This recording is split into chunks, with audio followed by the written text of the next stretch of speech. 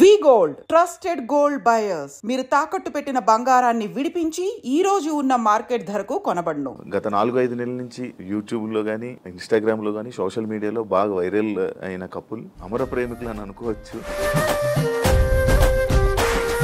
మీ ప్రేమ గురించి మీరు ఎలా వర్ణించాలనుకుంటున్నారు? మా ప్రేమ వర్ణించడానికి మాటలు సరే. ఒకరికొకరు రోజు ఇచ్చుకోండి. రాజు, I love you.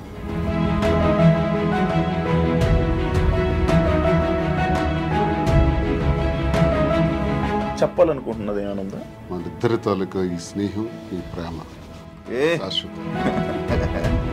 Chocolate day,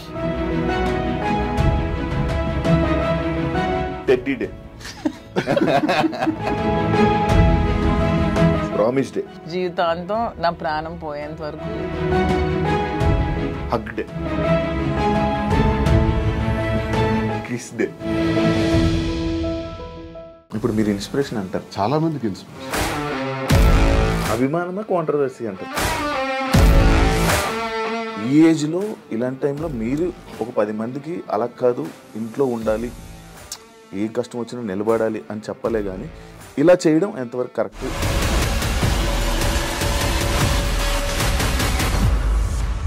20 ఏళ్లలో మా గొడవ అదే గొడవ. కానీ ఈ టైంలో కూడా ఇది ప్రజల్లోకి రావడం కరెక్ట్. 100 మెట్లు దిగే నేను ఆమెకు అంగీకరించాను. అప్పటికీ కాంప్రమైజ్ కాలేదు. ఆ తర్వాత తాళం వేసేస్తున్నారు ఇంటికి. ప్యాంటు షర్ట్ గాడంట, లుంగి షర్ట్ గాడంట.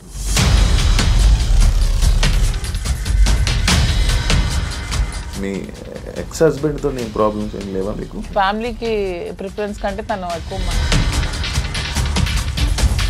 మిమ్మల్ని నమ్మి ఓట్లు వేయడానికి కానీ, లేకపోతే ఎవరైతే జనాలు ఉన్నారో వాళ్ళ మాటలను మీరు పట్టించుకుంటారా?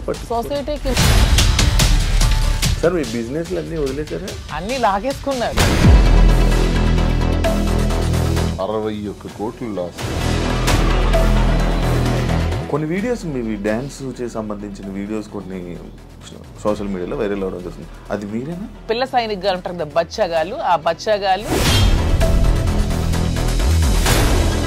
ఇక అమ్మాయిని బయటికి లాగాలి, పెళ్లి చేసుకుని.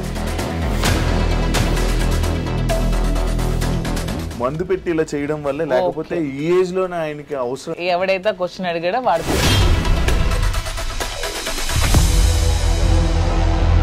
జాఫర్ గారికి ఇంటర్వ్యూ ఇచ్చిన టైంలో కూడా శ్రీనివాస్ గారిని ఎప్పుడు కూడా లంచాలు తీసుకోమని ఫోర్స్ చేస్తుంది, డబ్బు పిచ్చి. ఇతనికి నచ్చదు. అక్కడే మొదలయ్యేది వీళ్ళిద్దరికి గొడవ. దువ్వాడ శ్రీనివాస్ రాజకీయం అనే గ్రౌండ్, ఫీల్డ్ వదిలేడు. దయచేసి ఆ భ్రమల నుంచి బయటపడమని. ఎల్ అనే వర్డ్ ఏదైతే ఉందో, బూతు భార్య పిల్లల్ని అలా అందరి ముందు, మీడియా ముందు అలా అనడం కరెక్టా? నేను వెంటనే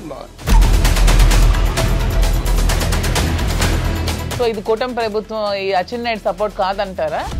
29 ఆగస్టు 23.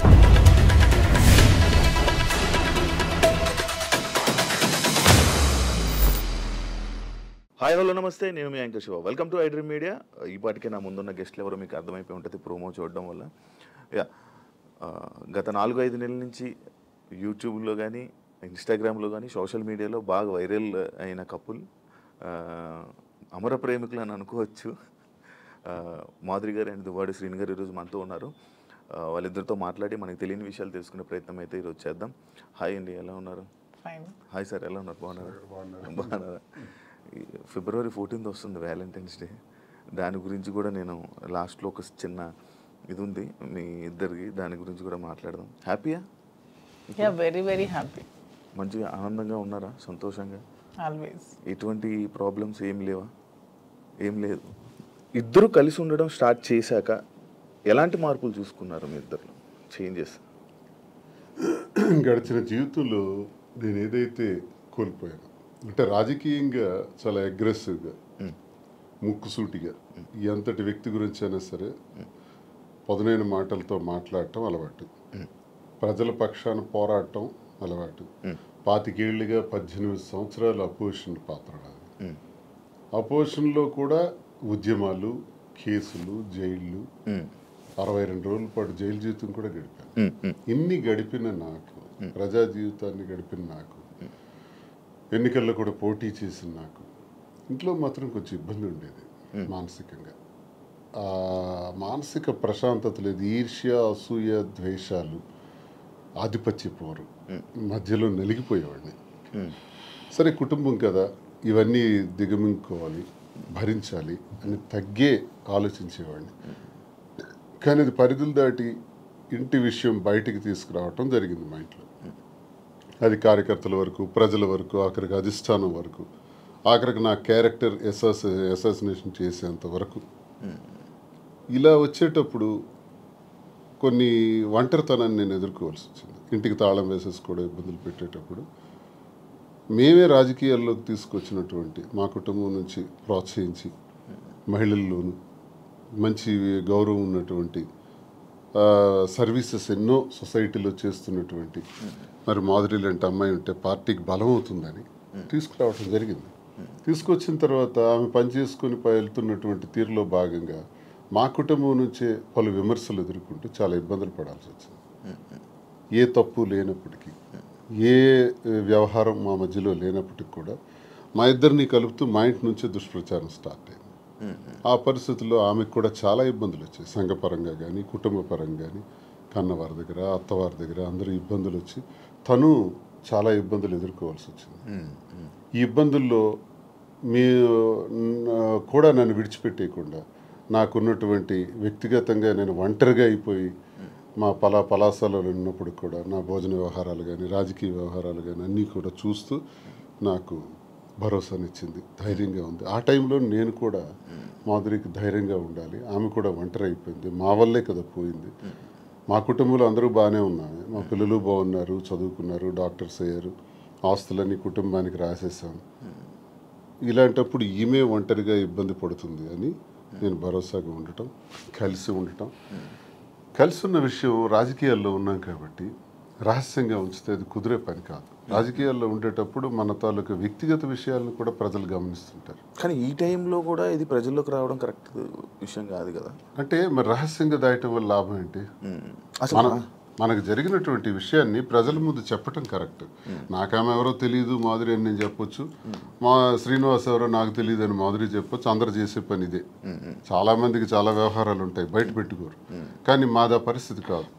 ఒక వ్యవహారం ఇతను ఇలా చేశాడు, ఇలా ప్రవర్తించాడని ఇంటి నుంచే అబ్జెక్షన్స్ వచ్చి గొడవలు పెట్టి దాన్ని రచ్చ చేసేటప్పుడు ఆ మీడియా ముందు నేను కూడా ఫ్యాక్ట్స్ చెప్పాలి. ఎస్, మేము ఈ పరిస్థితుల్లో కలవాల్సి వచ్చింది, మేము కలిసిన ఈ పరిస్థితుల్లో మేము ఈ నిర్ణయం తీసుకోవాల్సి వచ్చింది, మా నిర్ణయం ఇది అని స్పష్టంగా గత 4 నెలల క్రితమే మీడియా ద్వారా పబ్లిక్కి తెలియజేసాం. ఈ విషయం టెక్కల ప్రజలందరికీ తెలుసు, శ్రీకాకుళం జిల్లాలో తెలుసు, రాష్ట్ర ప్రజలకు తెలిసేటప్పుడు కొంత లేట్ అయింది. ఇది వాస్తవాలని మేము చెప్పి నిర్ణయం తీసుకున్నాం.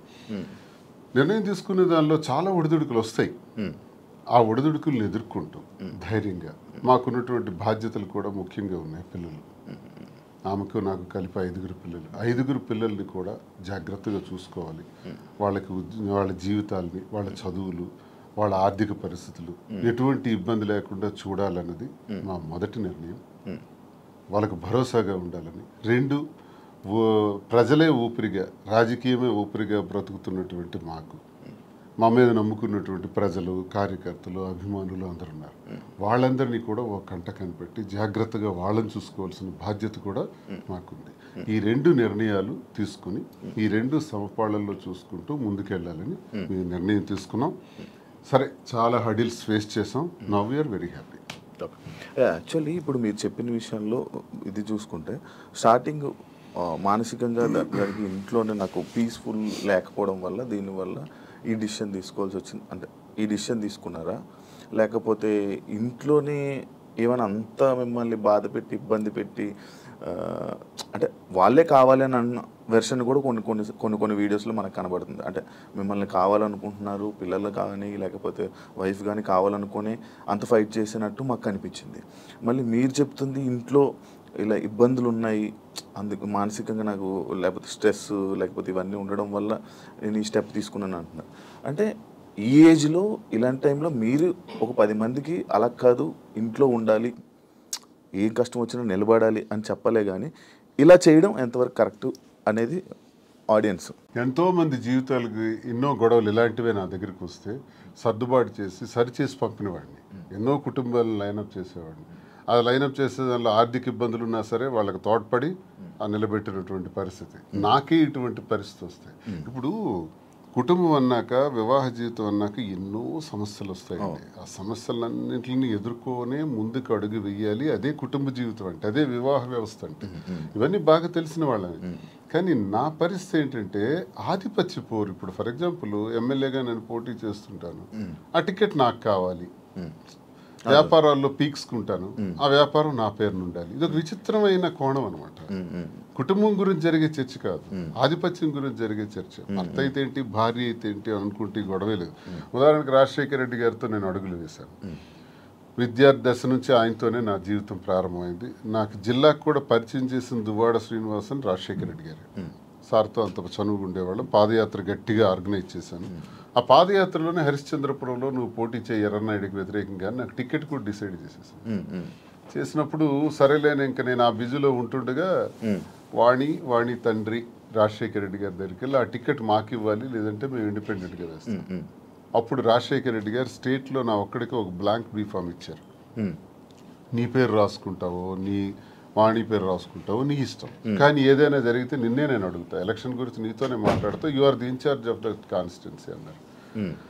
సరే ఆ బాధ్యత అప్పచెప్పారు సార్ అని నేనేం చేశానంటే డి వాణి అని పేరు రాసి ఇచ్చాను. అది 2004 సంవత్సరం, ఇది 2024 సంవత్సరం. ఈ ఎన్నికల మధ్యలో 20 ఏళ్లలో మా గొడవ అదే గొడవ. ఆ గొడవ వల్ల మాకు మనశ్శాంతి ఉండేది కాదు ఇంట్లోకి అడుగు పెట్టంగానే. నేను చిత్తడి నేలల కోసం, రైతుల కోసం, మత్స్యకారుల కోసం, స్వదేశీ మత్స్యకారుల కోసం ఒక 7-8 సంవత్సరాలు ఉద్యమాల్లో ఉండేవాడిని. ఆ ఉద్యమాల్లో నా మీద కేసులు, 18 కేసులు, 62 రోజులు జైలు జీవితం, నా మీద ఫైరింగ్ ఆర్డర్స్, ఇదంతా ఒక జీవితం. వీటన్నింటికి కూడా ఇంట్లో నుంచి సపోర్ట్ ఉండేది కదా. జైల్లో ఉండేటప్పుడు కూడా నన్ను పరామర్శించడానికి కూడా వచ్చే పరిస్థితి ఉండేది కాదు. ఇవన్నీ అనుభవించినా నా గుండెల్లోనూ దాచుకున్నాను. లాస్ట్కి మాధురేనే అమ్మ. ఇప్పుడు 28 ఏళ్ల నా జీవితంలో, 25 ఏళ్ల నా రాజకీయ జీవితంలో ఎప్పుడు నా దగ్గరికి మహిళలు రాలేదా? నేను ఎప్పుడైనా ఎవరితోనైనా అసభ్యంగా ప్రవర్తించానా? ఎవరితోనైనా అసభ్యంగా బిహేవ్ చేయలేదు కదా. మరి ఎందుకు ఇప్పుడే వచ్చింది నా మీద? ఎప్పుడు లేనిది ఇప్పుడే ఎందుకు క్రియేట్ చేశారు? కేవలం ఇది రాజకీయంగా వాడుకోవాలి, అంటే నన్ను బదనాం చేయాలి. అంటే మీ ఇద్దరు రిలేషన్లో ఉన్నారని ఫస్ట్ రూమర్ స్టార్ట్ చేశారా? మీకు లేకపోయినా కూడా తను రాజకీయంగా వచ్చింది, నేను రాజకీయంగా ఉన్నాను. ఓకే, ఇలా వస్తున్న వాళ్ళందరి మీద రూమర్స్ క్రియేట్ చేసేయచ్చా? అది ఇంట్లో నుంచి క్రియేట్ అయితే ఎంత పెద్ద సమస్య అవుతుంది. అది తప్పని చెప్పకుండా ఒకటి టికెట్ కోసం ప్రాధాన్యత, టికెట్ కోసం ఒక ప్రయత్నం. ఈ ప్రయత్నాలు నేను ఎలా తట్టుకోవాలి? పిల్లల్ని అల్లారు ముద్దుగా పెంచి, గుండెల మీద పెంచి, ఒక స్థాయికి తీసుకొచ్చి, కుటుంబాని కోసం తలగ్గి, ఆఖరికి టికెటే కదా కావాలి. అధిష్టానాన్ని నేను రిక్వెస్ట్ చేసా, టికెట్ ఆమెకి ఇచ్చేయండి అన్నాను. నేనే తగ్గిపోయాను.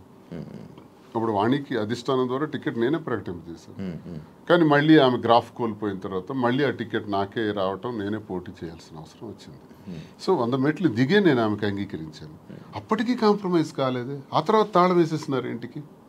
ఆ ఇంటికి తాళం వేసేటప్పుడు తలుపులు తన్నుకుని లోపలికి వెళ్ళలేక కాదు, అసలు మనసులో ఏం నడుస్తుంది? టికెట్ కావాలని టికెట్ తీసుకున్నారు, ఇంటికి తాళం వేశారు, సమాజంలో అభాస్పాలు చేశారు.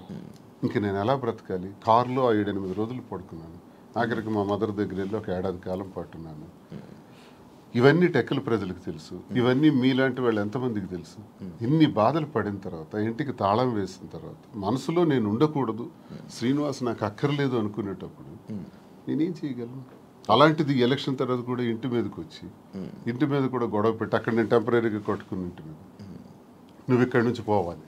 కోరికలు ఏంటంటే టెక్కల నుంచి బయటకు పో, ఎక్కడైనా ఉండు, మాధురితో ఉంటావో ఇంకెలా ఉంటావో నాకు అనవసరం, టెక్కల్లో మాత్రం నువ్వు ఉండటానికి వీల్లేదు. ఇలాంటి విచిత్రం. ప్యాంటు షర్ట్ గాడు అంటాం, లుంగీ షర్ట్ గాడు అంటాం, వాడికి ఏముందని చెప్పటం, మేమే తిండి పెట్టి పోషించాం, వాడు ఒక పూర్ ఫ్యామిలీకి చెందినవాడు అంటాం. అవునండి, ప్యాంటు షర్ట్ లుంగీ షర్ట్ గాడు భార్య అంటే వాళ్ళ అమ్మని, మా అమ్మని తిట్టడం, మా తమ్ముళ్ళని తిట్టడం, కుటుంబాలని అవమానపరచడం ఎంత భరిస్తాం? మీరు మీడియాలోనే చూసారు ఈ మాటలన్నీ. ఇవన్నీ భరించుకుంటా, తల్లిని తిడితే భరించాలి, తమ్ముళ్ళని తిడితే భరించాలి, నన్ను అవమానపరిస్తే భరించాలి. ఇవన్నీ భరించుకుంటానే ఉన్నాను 28 ఏళ్ళు పిల్లల కోసం. కానీ మరి తనది రహస్యంగా ఉంచలే. అది 4 వాల్స్ మధ్య సెటిల్ అయి ఉంటే, నిజంగా ఆ అభిమానంతో భర్తే కావాలని తను అనుకుని ఉంటే మాధురి ఇంట్లో ఉండేవారు, నేను నా ఇంట్లో ఉండేవాడిని. కథ ఇంతవరకు వచ్చి ఉండేది కాదు. పరిస్థితులు ప్రభావాలే మమ్మల్ని ఇంతవరకు తీసుకొచ్చిన ఈ పరిస్థితుల్ని మనం రహస్యంగా ఉంచుకోకూడదు, ప్రజలకు చెప్పాలి. ప్రజలకు వాస్తవాలను తెలియజేస్తే వాస్తవాల ద్వారా వాళ్ళు మంచి చెడులను గ్రహించి ప్రజలే దేవుళ్ళని నమ్మిన నేను ప్రజలకు ఇవి నేను తెలియజేస్తే వాళ్ళే మనకు అగ్రభాగాన్ని కూర్చోబెట్టగలరు, లేదా అధోపాతాళానికి తొక్కేయగలరు. ప్రజలకు ఆ శక్తి ఉంది. కాబట్టి ప్రజలకే చెప్తే నాకు న్యాయం జరుగుతుందని నేను నమ్మి ప్రజలకు మేమిద్దరం కూడా వాస్తవాలు తెలియజేస్తాం. ప్రజలు మా పరిస్థితికి ఇలా ఉండడానికి మా ఈ పరిస్థితులు ప్రభావాలే కారణం. ఆ కారణం నేను ఒంటరి, తను ఒంటరి, రోడ్డు మీద నిలబడాల్సిన పరిస్థితులు వచ్చేటప్పుడు ఒకరికొకరు భరోసాగా నిలబడ్డాం. ఆ భరోసా ప్రేమగా మారింది. ఓకే, మీరు అప్పటికి ఒంటరిగా ఉండేవాళ్ళ, మీ హస్బెండ్ గారు ఉండేవాళ్ళ విన్నాను? లేదు, పాలిటిక్స్కి వచ్చిన తర్వాత కొద్ది రోజుల తర్వాత ఏవి డిస్టర్బెన్సెస్ వల్ల నేను కొంచెం ఒంటరిగా ఉండడం జరిగింది. ఓకే, ఈయన గురించి ఒంటరిగా ఉండడం స్టార్ట్ చేశారు లేకపోతే? లేదు, ఆవిడ వలన నేను నా ఫ్యామిలీకి దూరమే ఒంటరిగా ఉండటం జరిగింది. మీ ఎక్స్ హస్బెండ్తో ఏం ప్రాబ్లమ్స్ ఏం లేవా మీకు? ప్రాబ్లమ్స్ అంటూ పెద్దగా లేవు, కానీ డిస్టర్బెన్సెస్ అంటూ ఉన్నాయి. అంటే తను ఎప్పుడు ఫారెన్లోనే ఉంటారు, తను ఎప్పుడు ఇండియాకి రావడానికి ఇష్టపడేవారు కాదు. నాకు ఫారెన్కి వెళ్ళడం ఇష్టం లేదు, నాకు ఎప్పుడు ఇండియాలో ఉండటం ఇష్టం. సో మేము ఎంత రిక్వెస్ట్ చేసినా వచ్చేవాళ్ళు కాదు. ఫ్యామిలీకి ప్రిఫరెన్స్ కంటే తను ఎక్కువ మనీకి ప్రిఫరెన్స్ ఇచ్చేవాళ్ళు. మేము చాలాసార్లు అడిగాం, ఇలా నాకు లోన్లీగా ఉండడం ఇష్టం లేదు, మీరు వచ్చి ఫ్యామిలీతోనే ఉండండి అని. తను ఒప్పుకునే వాళ్ళు కాదు. సో అలా మా మధ్యన డిస్టర్బెన్సెస్ పెరిగాయి. వాని వల్ల ఇంకొంచెం పెరిగి ఇంక సెపరేట్ అవుదామని నిర్ణయించుకున్నాం.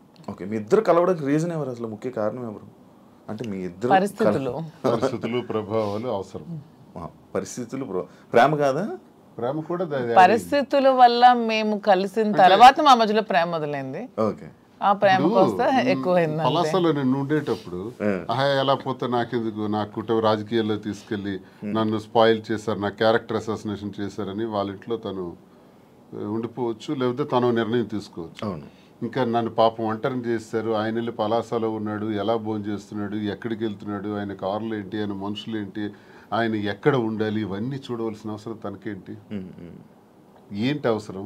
నాకేమైనా ఆస్తులు ఉన్నాయా, అంతస్తులు ఉన్నాయా, లేదా పవర్ ఉందా, లేకపోతే ఏముందని చెయ్యాలి. కానీ అక్కడ ఏంటంటే ఒక తోటి మనిషిగా అభిమానం చూపించింది తను. నేను ఇబ్బందుల్లో ఉండేటప్పుడు నా కోసం ఇంత బాధ్యత వహించినటువంటి అమ్మాయిగా, తను నష్టపోతూ నా కోసం నిలబడినటువంటి అమ్మాయిగా నాకు కూడా ఒక ఏ ప్రేమనైతే కోల్పోయినాను జీవితంలో, ఆ ప్రేమ నేను ఆమె దగ్గర పొందాను. సో ఇది నేను అనుకుంటాను గత జన్మ సుకృతం. ఏది కూడా ఊరికే రాదు, జన్మల అనుబంధం, అది కంటిన్యూషన్ వస్తుంది. గత జన్మలో అక్కడ తాగింది, ఇప్పుడు ఇక్కడతో కంటిన్యూ అవుతుంది. అని మీరు గత జన్మలో కూడా మనిషిగా వచ్చారంటారా? ఇప్పుడు రెండు ఉంటాయి సార్. కృష్ణ పరమాత్ముడు చెప్పినట్టు కర్మ సిద్ధాంతం ఒకటి ఉంటుంది. ABCD గత జన్మలో నేర్చుకున్నాం అనుకోండి, EFGHL ఎక్కడి నుంచి స్టార్ట్ చేస్తాం. అంటే ఈ నుంచి ఎలా స్టార్ట్ చేస్తామంటే ABCD గత జన్మలో నేర్చుకున్నటువంటి ఆ కంటిన్యూషన్ అనేది ఈ జన్మకు ఉంటుంది అన్నది ఖచ్చితంగా గత జన్మ సుకృతాలు, గత జన్మ వ్యవహారాలే ఈ జన్మ కొనసాగింపుగా ఉంటాయని కృష్ణ పరమాత్ముడు చెప్పింది, గీతలో కూడా చెప్పినటువంటిది. అది ఒకవైపు నమ్మితే అది నిజం. నేను కర్మ సిద్ధాంతం నమ్ముతాను కాబట్టి అది నిజం. లేదు సైంటిఫిక్గా వెళ్ళామనుకోండి, ఇట్స్ ఎ కెమికల్ రియాక్షన్, రసాయనిక చర్య. మనిషికి మధ్యన జరిగినటువంటి ఆలోచనలు, కలయికలు, ఆ పరిస్థితుల ప్రభావాలు బట్టి ఒక మనిషి మీద ఒక మనిషికి ఆకర్షణ, కోపము, వ్యతిరేకత, రకరకాల భావాలు ఎందుకు కలుగుతాయంటే రసాయనిక చర్యల వల్లే కలుగుతాయి. అలా అని కూడా అనుకోవచ్చు. సైన్స్ ఎప్పుడైనా కలగొచ్చు అంటారా? కలగచ్చు అంతే. ఏ మనిషి ఎప్పుడు ఎలా మారుతారో, ఎప్పుడు శత్రువులు అవుతారో, ఎప్పుడు మిత్రులు అవుతారో, ఎప్పుడు ఏ రకంగా మారుతాం అన్నది ఇదంతా మనిషికి మధ్యన ఉండేది కెమికల్ బ్యాలెన్సే. అది ఇంబ్యాలెన్స్ అయితే ఇంకో రకంగా మారుతాం, వైలెంట్ గా మారుతాం. సైన్స్ ప్రకారం. లేదు కర్మ సిద్ధాంతం ప్రకారం వెళ్తే గత జన్మ సుకృతం. ఏదనుకున్నా మాది కెమిస్ట్రీ పరంగా చూసుకుంటే, సైన్స్ ప్రకారం చూసుకుంటే రసాయనిక చర్య, లేదు కర్మ సిద్ధాంతం ప్రకారం చూసుకుంటే గత జన్మ సుకృతం. ఓకే, మాధురి గారు, మీరు ఇద్దరు కలిసి ఉండడం స్టార్ట్ చేశాక మీలో ఉన్న మార్పులు ఏం చూసారు మీ జర్నీ? అంటే ఏ ఒంటరితనంతో నేను బాధపడ్డాను, ఏ ప్రేమ తక్కువై నేను సఫర్ అయ్యాను. మీకు కూడా ప్రేమ తక్కువైంది ఇంట్లో? మరి ఇద్దరు వేరే వేరేగా, ఒకళ్ళు ఫారెన్ లో ఒకళ్ళు ఇండియాలో ఉంటే ప్రేమ తక్కువ ఉంటుంది. వైఫ్ అండ్ హస్బెండ్ అంటే దగ్గరగా ఉంటాయి కదా బాండ్ అనేది. అంటే లాంగ్ డిస్టెన్స్ లవ్ స్టోరీస్ అని ఇప్పుడు రీసెంట్ గా బాగా వైరల్. నాకు అలాంటివి నచ్చవు. కొంతమంది ఒక్కొక్క స్టోరీస్ నచ్చుతారు. మీకు లాంగ్ డిస్టెన్స్ స్టోరీస్ నచ్చవు. స్టోరీ లేదు. నాకు మాత్రం నా పక్కనే హస్బెండ్ ఉండాలనే ఫీలింగ్ తో ఉన్న అమ్మాయి నేనైతే మొదటి నుంచి ఉన్నాను. సో నాకు ఎరువైతే నేను శ్రీనివాస్ గారితో నా లైఫ్ స్టార్ట్ చేశానో నా జర్నీ, అప్పటి నుంచి నాకు హ్యాపీనెస్ కానీ మీరు అన్నట్టు నా ఒంటరితనం పోయి నాకు అంటూ ఒక తోడు దొరికింది. హ్యాపీగా ఉన్నాను. నన్ను వదిలే ఏ రోజు కూడా ఎక్కడికి ఇంతవరకు ఈ 4 yearsలో ఎప్పుడు ఎక్కడికి పోలేదు. ఎప్పుడు నాతోనే ఉంటారు. ఎక్కడికి వెళ్ళినా ఇద్దరం కలిసే ట్రావెల్ చేస్తాం. ఏ పనైనా ఇద్దరం కలిసే చేస్తాం. ఈవెన్ ఎలక్షన్ క్యాంపెయిన్ కానీ ఎక్కడికి వెళ్ళాలని అన్ని ఇద్దరం కలిసే చేస్తాం. నాకు చాలా హ్యాపీగా ఉంది. నేను కోరుకున్న జీవితం నాకు దొరికినట్టు అనిపిస్తుంది. మీ ఇద్దరి మధ్యన హ్యాపీగా ఉండొచ్చు, కానీ సొసైటీ కానీ లేకపోతే మిమ్మల్ని నమ్మి ఓట్లు వేయడానికి కానీ లేకపోతే ఎవరైతే జనాలు ఉన్నారో వాళ్ళ మాటలను మీరు పట్టించుకుంటారా? సొసైటీకి మా వల్ల వచ్చిన ఇబ్బంది ఏంటి నాకు అర్థం కాదు. అంటే మీరు ఏం చూపిద్దామని అనుకుంటున్నారు? ఏం చూపిద్దాం? ఒక హస్బెండ్ తో డిఫరెంట్ ఒక అమ్మాయి, ఒక వైఫ్ తో డిఫరెంట్ అబ్బాయి కలిసి ఇంకొక పెళ్లి చేసుకుంటున్నాం. దానికి ఇంకేం చూపించాలనుకుంటున్నారు ఎవరైనా? దీంట్లో ఏం చూపిద్దాం అని మీరు అనుకుంటున్నారు?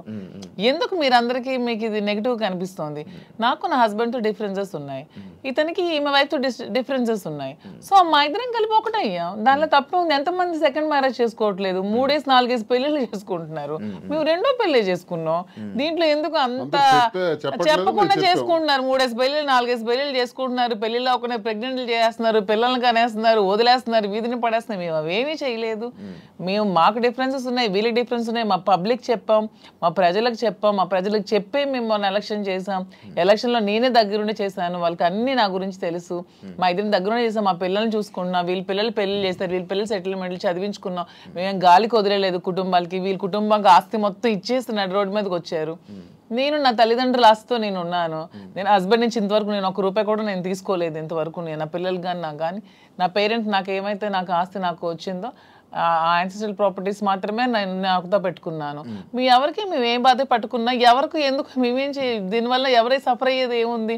తిరిగి పైగా మా కార్యకర్తలు మా ప్రజలు మీరు వచ్చి మైక్ పెట్టండి చాలా చాలా హ్యాపీగా ఉన్నారు. ఎందుకంటే శ్రీనివాస్ గారి ఇంటికి వెళ్ళినప్పుడు ఏదైతే వాళ్ళకి లోటు ఉండేదో, అంటే వాణి సరిగ్గా చూసుకునేది కాదు, ఈవెన్ మంచినీళ్ళు కూడా ఇచ్చేది కాదు. హస్బెండ్కే చూడదు ఆమె, ప్రజలకి ఏం చూస్తుంది.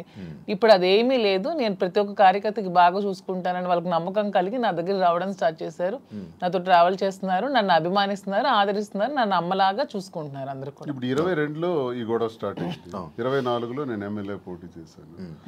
నా మీద పోటీ చేసి గెలిచినటువంటి అచ్చెన్నాయుడు రాష్ట్ర తెలుగుదేశం పార్టీ అధ్యక్షుడు ఎన్నికల ముందు ఏం చెప్పాడు? రాష్ట్రంలో హైయెస్ట్ మెజారిటీ నాదే, అబౌట్ 70,000 ఓట్స్ అన్నాడు. నిజానికి కూటమి ప్రభుత్వంలో ఎవడు నామినేషన్ వేసినా 40,000, 50,000, 60,000తో గెలిచారు. మా జిల్లాలోనే 4 ఎమ్మెల్యేలు కొత్తోళ్ళు, మొక్కం తెలియనోళ్ళు కూడా. ధర్మాన ప్రసాద్ లాంటి వ్యక్తి మీద కూడా 3 రోజుల ముందు వచ్చి నామినేషన్ వేసి 54,000 మెజార్టీతో గెలిచాడు. మరి అచ్చెన్నాయుడు ఎంతతో గెలవాలి? కనీసం 70తో గెలవాలి కదా. 30, నా 73,000 ఓట్లు. ఇవన్నీ తెలిసి ప్రజలు నాకెందుకు ఇంకా నైతికంగా బలంగానే ఉంచారు. నైతికంగా అచ్చెన్నాయుడు ఓడిపోయినట్టే.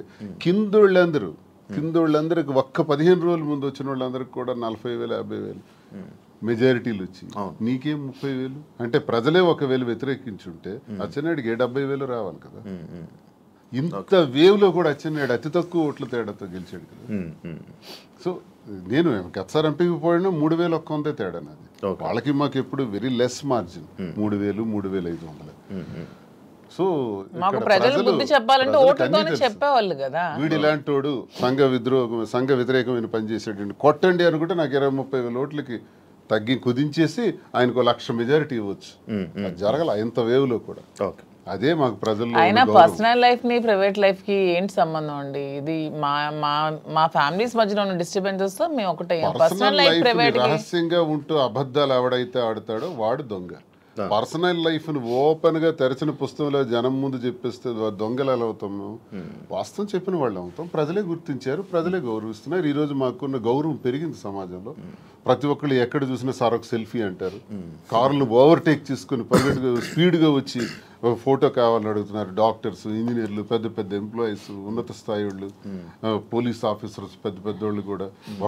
ఒక పెద్ద ఆఫీసర్ అయితే మొన్న చేయి తీసుకొని గుండె మీదలో పెట్టుకొని పెద్దగా ఊపిరి తీసాడు. ఏం సార్ ఏంటి అంత ఎమోషన్ అవుతున్నారు ఏంటంటే, మీరంటే నాకు ఇష్టం సార్. ఆయన ఏం అర్థం చేసుకున్నారు? పెద్ద ఆఫీసర్, ఇంకా చాలా మంది పేర్లు చెప్పకూడదు, వాళ్ళు ఏం అర్థం చేసుకున్నారు? ప్రతి ఒక్క జీవితంలో కూడా కథ ఉంది. ఆ కథ చాలా మంది చెప్పలేక భరిస్తున్నారు. మేము చెప్తాం. ఇప్పుడు మీరు ఇన్స్పిరేషన్ అంటారు, చాలా మందికి ఇన్స్పిరేషన్. ధైర్యంగా బతకండి.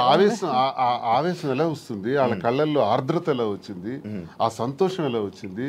1600 ఉన్నటువంటి యూట్యూబ్ మా ఫాలోవర్స్ ఈ రోజు లక్షలా దాటారు. 1,45,00,000 వ్యూవర్షిప్ ఎలా వచ్చింది? ఇదంతా ఎక్కడి నుంచి వచ్చింది? అభిమానంతో వస్తుంది. అభిమానమా కాంట్రవర్సీ అంటారు? కాంట్రవర్సీ ఎందుకు రావాలంతా? ఫాలో అప్ చేయాలి. న్యూస్ కదా, లేటెస్ట్ న్యూస్ కదా, లేటెస్ట్ రెండు ఉంటాయి. ప్రతి ఒక్కరికి రెండు ఉంటాయండి. ఎవరికైనా సరే రెండు కోణాలు ఉంటాయి. ఏ మనిషికైనా సరే విమర్శలు ఉంటాయి, పొగడ్తలు ఉంటాయి, రెండు ఉంటాయి. అవన్నీ బ్యాలెన్స్ చేసుకుని వెళ్తేనే జీవితం. రావణుడిని మెచ్చింది ప్రజలే, రాముడిని మెచ్చింది ప్రజలే.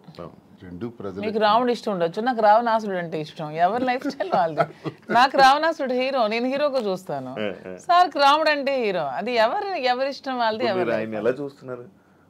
రాముడు అనుకుంటున్నారు, రావణాసుడు? నేను డిఎస్ఏ అనుకున్నాను. డిఎస్కి ఒక బ్రాండ్ ఉంది, దువ్వాడ శ్రీనివాస్ అంటే ఒక బ్రాండ్. ఎవరితో కంపేర్ చేయను. ఈ స్పెషల్ అంటే. సార్ మీ బిజినెస్ అన్ని వదిలేసారా? వదిలేదు, అన్ని లాగేసుకున్నారు. మేమేం బిజినెస్ వదిలేదు. మైన్స్ నాది 25 years నుంచి మైన్స్ కంపెనీ. ఎప్పుడు మైన్స్ ప్రపంచ స్థాయిలో కూడా ఐకాన్ బ్రౌన్ గ్రానైట్ ఓనర్ గా మంచి పేరు ప్రఖ్యాతులు సంపాదించాం. మైన్స్ లో బాగా పీక్స్ కి వెళ్ళాను.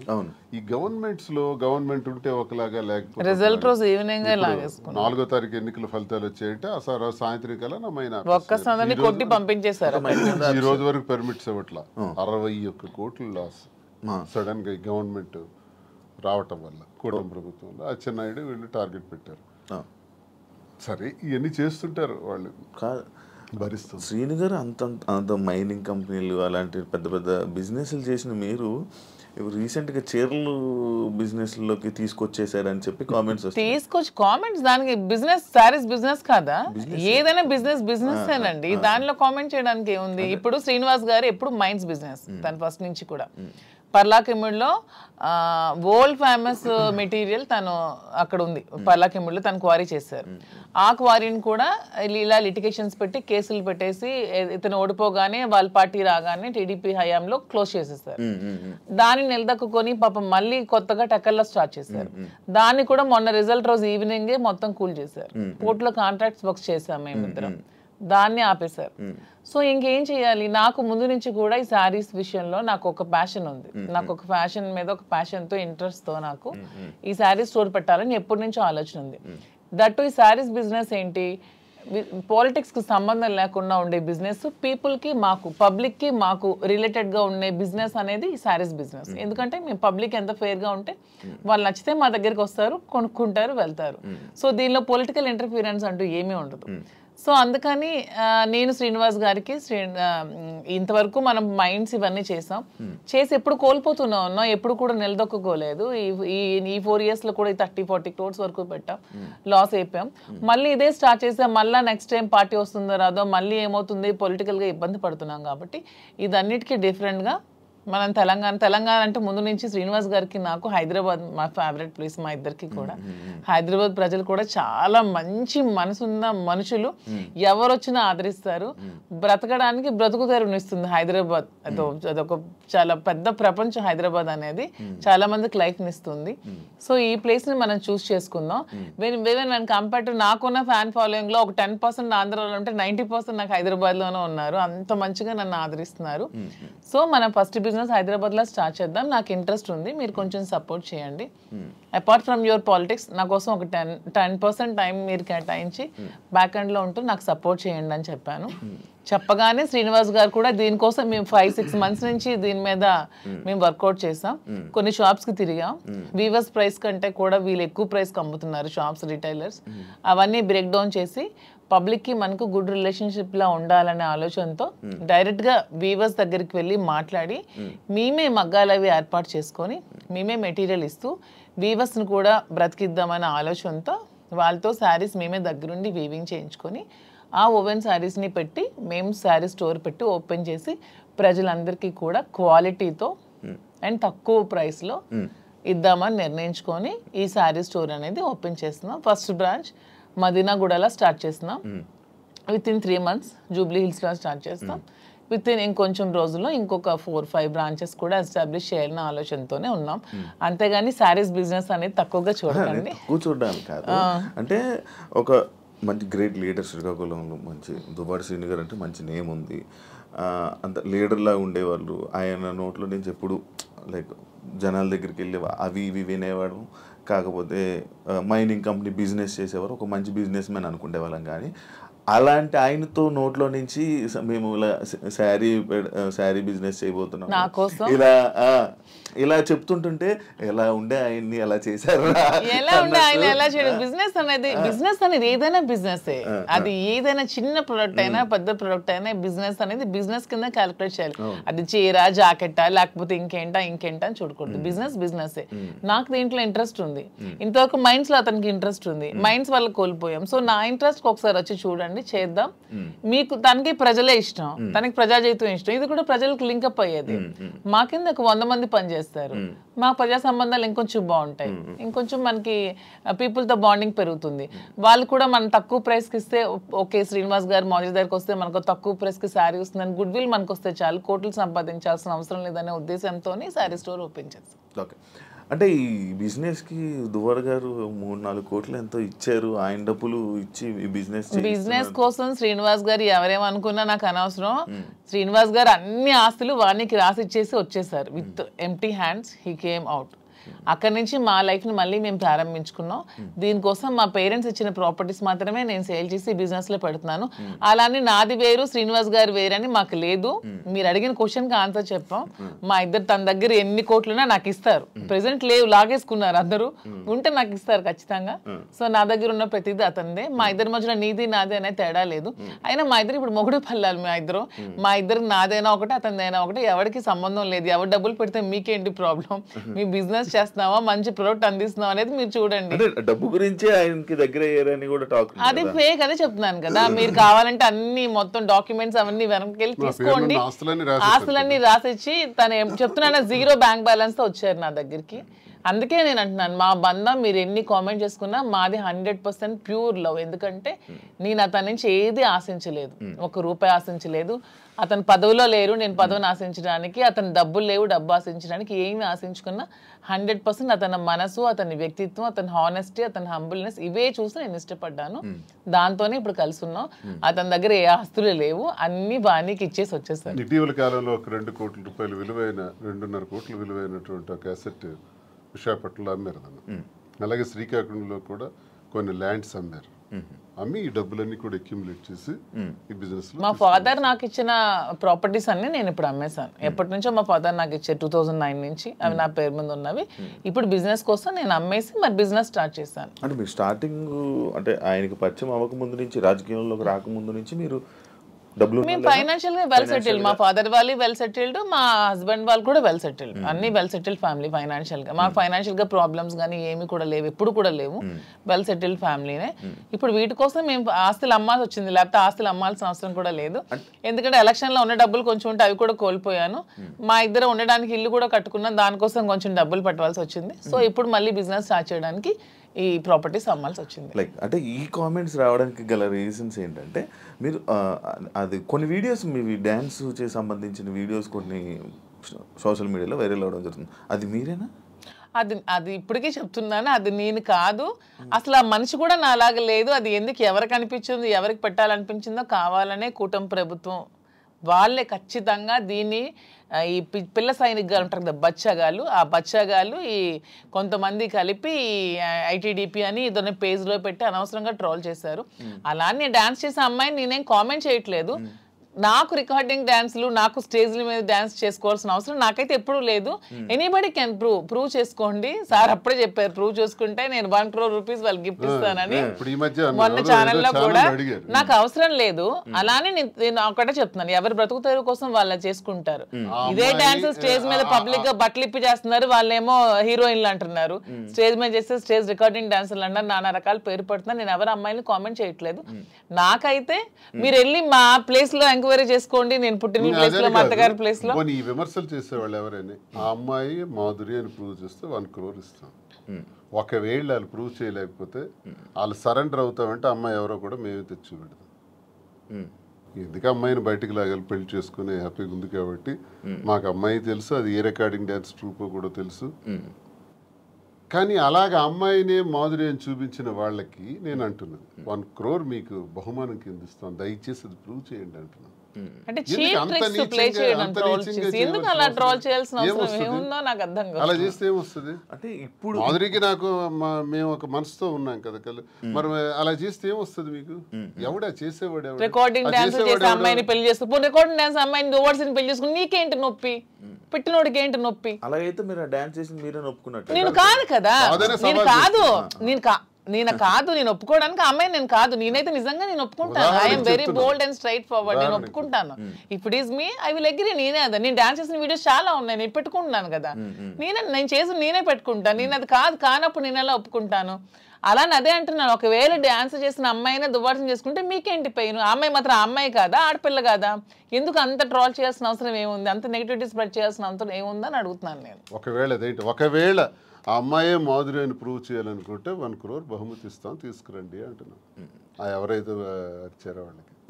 అంటే ఇప్పుడంటే ఏ జనరేషన్ వచ్చేసింది, ఫేస్లు మార్పిడి ఇది. ఆ వీడియో చూస్తే అప్పుడు ఇప్పుడు 2003 వయసు ఎంత తెలుసు? ఏమండి నాకు ఇప్పుడు 34 years అండి. 2000 అన్న ఏజ్ ఎంత ఉంటది? ఓకే, ఆ వీడియో ఎప్పుడు చాలా ఓల్డ్. నేను 2000 అన్న ఏజ్ ఎంత ఉంటుంది చెప్పండి? 2005 లో నేను 10th. నాకు ఎంత ఏజ్ ఉంటుంది? నాకు 2010-11 అప్పుడు నేను ఎంత పిల్లని ఉంటాను. నా అమ్మాయి అంత డాన్స్ నాకు నేను ఎలా చేయగలను? కొంచెం నా పోనీ అట్లీస్ట్ నా చిన్నప్పుడు ఫోటోలు ఏవో చూపిస్తే మీకు తెలుస్తుంది. ఎప్పుడో మాదిరి చూపిస్తున్నారు కదా. అట్లీస్ట్ 2005 లో నేను 10th. పోనీ అప్పుడు నాతో చదువుకున్న వాళ్ళకి తెలుస్తుంది కదా. ఏదో మీలాంటి వాళ్ళు నమ్మాలి, ఎవరు తెలియని వాళ్ళు. తెలిసిన వాళ్ళకి ఏంటో తెలుసు చెప్తున్నా. అంటే మీరు చూస్తే ఎలా అనిపిస్తుంది? అలాగే నాకు ఎక్కడ అనిపించట్లేదు, మా వాళ్ళకి ఎవరికి అనిపించట్లేదు. మీకు ఎలా అనిపిస్తుందేమో మరి, మాకైతే తెలియదు. మా అందరికీ తెలుసు, ఎవరు మా జిల్లా అందరికీ తెలుసు అది నేను కాదని. ఇంక మిగతా వాళ్ళు నమ్మితే నమ్మొచ్చేమో కానీ ప్రతి ఒక్కరికి తెలుసు. ఇంక నమ్మినా నమ్మకపోయినా పర్వాలేదు, నేను అనుకున్నా కూడా ఐ డోంట్ కేర్ అంటున్నాను. పోనీ అమ్మాయి కూడా డాన్స్ బాగా చేస్తుంది అనుకుంటే అనుకోండి, దానిలో ఐ డోంట్ కేర్.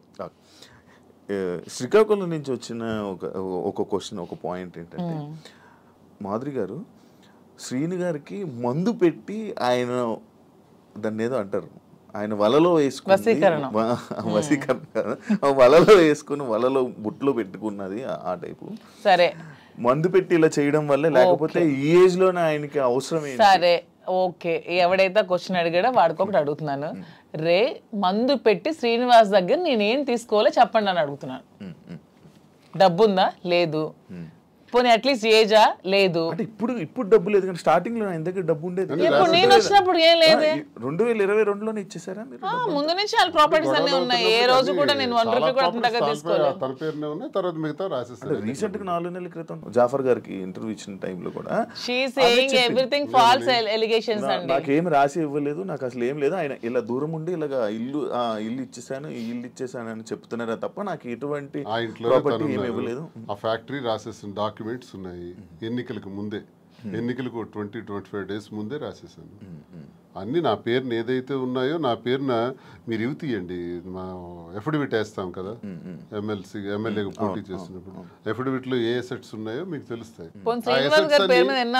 ఆ అసెట్స్ ఈ రోజుకి నా పేరున ఉంటే you can anybody can challenge. ఈ రోజు ఆ అసెట్స్ నా పేరున ఉండాలి కదా. మొన్న నా పేరున ఎఫిడవిట్ లో ఎమ్మెల్యేగా పోటీ చేసినప్పుడు ఉండే అసెట్స్ ఇప్పుడు ఎందుకు లేవు? ఏమైనా అసెట్స్ తన పేరును ఉన్నాయో లేదో ఒకసారి వెరిఫై చేయండి, తెలుస్తుంది. ఎవిడెన్స్ ఉంటుంది కదా ప్రతిదానికి. అదే ఆ కామెంట్ పెట్టినోడికి అడుగుతున్నాను. శ్రీనివాస్ గారిని మందు పెట్టి తీసుకోవడానికి ఏముంది? సరే, మీరు ఇప్పుడు అన్ని ఆస్తులు రాస్తారు కదా, ఇప్పుడు అన్ని ఆస్తులు రాసేసి ఉన్నానని చెప్తున్నారు కదా, మరి ఇప్పుడు అన్ని ఆస్తులు రాసాక నా ఆస్తులు అమ్మి పెట్టి ఉండాల్సిన అవసరం నాకేముంది? వాడు ఎవడైతే కామెంట్ పెట్టాడో వాడికి 2 క్వశ్చన్స్ అడుగుతున్నాను. ఒకటి, ఆస్తుల కోసమే తీసుకొని ఉంటే అతని ఆస్తులన్నీ వదిలేసి వచ్చాక నా ఆస్తులు అమ్మి అతని దగ్గర ఉండాల్సిన అవసరం ఏముందని ఎవడైతే కామెంట్ పెట్టాడో వాడికి అడుగుతున్నాను. ఇంకొకటి పాయింట్, మీ మహేష్ ఎక్స్ హస్బెండ్ ఎవరైతే ఉన్నారో ఆయన స్టార్టింగ్ లో వచ్చారు ఏంటి దానికోసం ఇప్పుడు నేను చెప్పి నేను అరిగిపోయాను అతను చెప్పిన కామెంట్స్ కోసం. స్టార్టింగ్ లో వచ్చారు, ఈ మధ్య అసలు కనిపించట్లేదు. ఏమైనా డబ్బులు ఇచ్చి వాళ్ళని ఆయన్ని మేనేజ్ చేశారు? డబ్బులు ఇచ్చి మేనేజ్ చేయడానికి they are well settled family.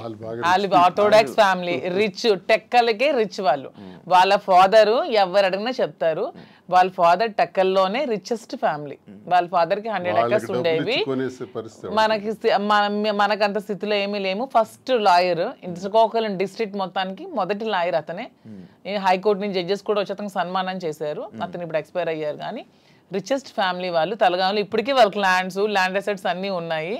వాళ్ళకి ఏం డబ్బులు అవ్వాల్సిన అవసరం లేదు. తను చక్కగా మెరైన్ చీఫ్ ఇంజనీర్ జాబ్ చేసుకుంటున్నాడు, హ్యాపీగా ఫారెన్ లో ఉన్నాడు.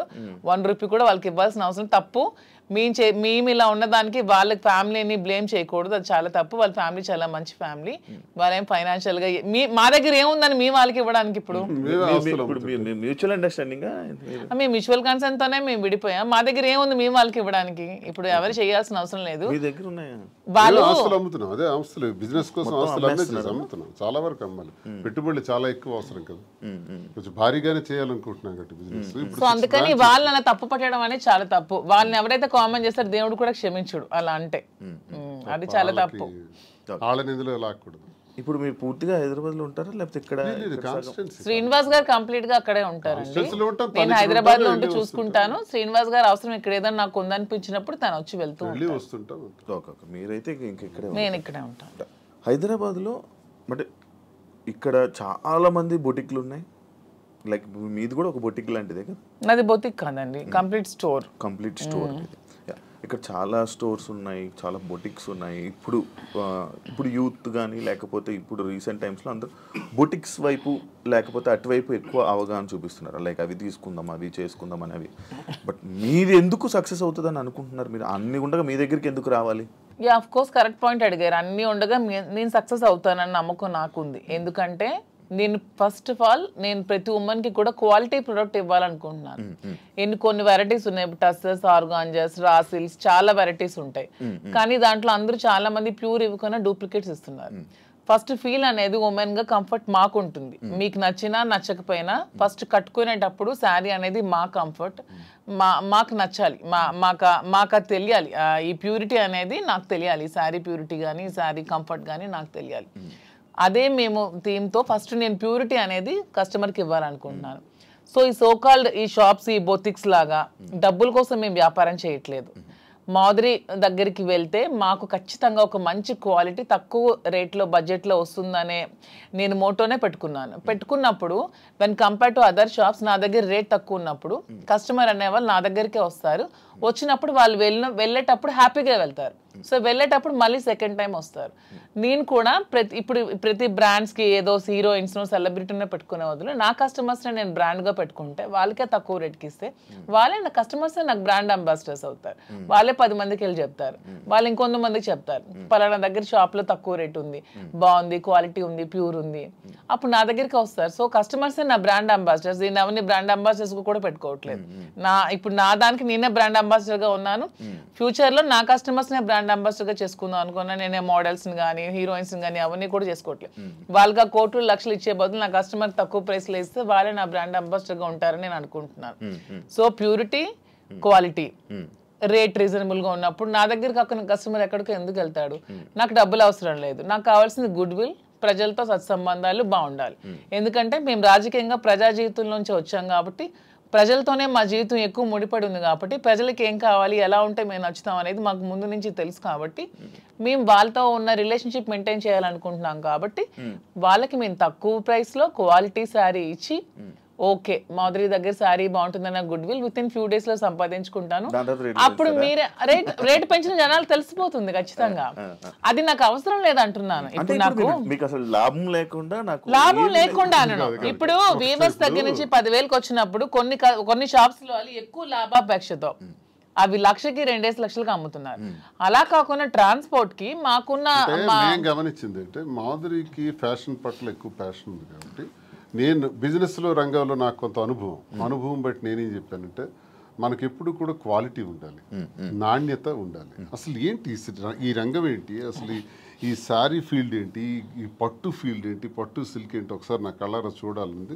నీకు తెలుసు కాబట్టి నేను తర్వాత వెళ్ళాను, వారణాసి వెళ్ళాం, కోల్కతా వెళ్ళాం, తర్వాత ఇది ధర్మవరం వెళ్ళాం, కంచి, బెంగళూరు, సేలం, కోయంబత్తూర్, ఇలాగ చాలా ప్లేసులు, యాడికి ఇలాంటి ప్లేసుల్లోకి వెళ్ళి డైరెక్ట్గా మగ్గందారుల దగ్గరికి, నేతన్నల దగ్గరికి వెళ్ళాం. నేతన్న పరిస్థితి మేము అక్కడ చూస్తే ఆయన కష్టపడి ఆ నేసే చీర, ఒక చీర నేయటానికంట 1 నెల రోజులు కూడా పడుతుంది, 2 నెలలు పడుతుంది, కొన్ని చీరలు 15 రోజులు పడుతుంది. ఆ చీర ఇంత కష్టపడుతున్నావు కదా, నువ్వెంత అన్నా సంపాదిస్తున్నావు, నీకెంత ఇస్తున్నారంటే ఆయన చెప్పే లెక్కలు చూస్తే ఆయన కూలి కూడా ఆయనకి చాలట్లా, మళ్ళీ కూలి బ్రతికే.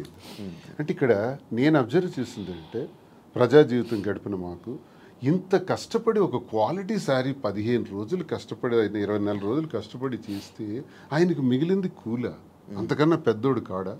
నెంబర్ 1. మరొకరు కూడా ఇక్కడ నష్టపోతున్నారు. ఆయన తయారు చేసినటువంటి ఆ శారీని ఉదాహరణకు ఒక 50,000కి అతనికి ఇచ్చి కొన్నారనుకోండి మధ్య దళారీలు, అది తెచ్చి హైదరాబాద్లో 3 లక్షలకు అమ్ముతున్నారు. మీకు తెలిసిన అంటే ఎన్ని రెట్లు ఎక్స్ట్రా అమ్మారు? 5-6 రెట్లు ఎక్స్ట్రా అమ్మేటప్పుడు నష్టపోయే మరో వ్యక్తి ఎవరంటే కస్టమర్. నేతన్న నష్టపోతున్నాడు, కస్టమర్ నష్టపోతున్నాడు. ఇది నేను గమనించింది. నేనేం చెప్పానంటే మనం లాభాపేక్షతో లాభాలు సంపాదించేయాలనుకుంటే 1,00,000 వ్యాపారాలు ఉంటాయి. నాకు తెలుసు చాలా వ్యాపారాలు ఉన్నాయి. ఇందులో నువ్వు ఇంట్రెస్ట్ పెడుతున్నావు కాబట్టి ఇందులో చెయ్యాలి అనుకుంటే నా తాలూకు ఉద్దేశం అంటే నాణ్యత ప్రాధాన్యత, నాణ్యతే ప్రామాణికం. ఈ 2 మైండ్లో ఎప్పుడు పెట్టుకో. Quality is our predominance. ఈ 2 బ్రెయిన్లో పెట్టుకుని ఆ ఏదైతే నేతన్న దగ్గర తీసుకుంటున్నామో ఆ నేతన్నకి మనం ఆర్థికంగా సహకరించి మరికొంత వెసులుబాటునిచ్చి అతను నేసేటట్లు చేసి అవన్నీ కలెక్ట్ చేద్దామని చెప్పి ఇప్పుడు 4-5 నెలల్లో మొత్తం దేశం నలుమూల నుంచి కలెక్ట్ చేసి దాన్ని స్టోర్లో పెట్టేటప్పుడు దానికి జిఎస్టీలు, ట్రాన్స్పోర్ట్ ఛార్జెస్, ప్రాఫిట్స్, మెయింటెనెన్స్ అన్నీ వేసుకుంటే 50,000 రూపాయల సారీని ఎంతకు అమ్మవచ్చు? 80,000కి అమ్మండి, 90,000కి అమ్మండి, అయితే 1,00,000కి అమ్మండి. 3 లక్షలు ఏంటండి? ఇది మోసం కదా కస్టమర్కి. మరి 3 లక్షలకు అమ్మిన లాభంలో కొంతైనా నేతనికి ఇస్తున్నావా? అది కూడా నష్టమే కదా నేతనికి. ఈ 2 ఆలోచించి ఈ 2 బ్యాలెన్స్ చేసి బిజినెస్ సక్సెస్ఫుల్గా రన్ అవ్వాలంటే వ్యాపారం పెట్టిన తర్వాత ఆ వ్యాపార యజమాని ఎవరన్నది జనానికి తెలుస్తుంది.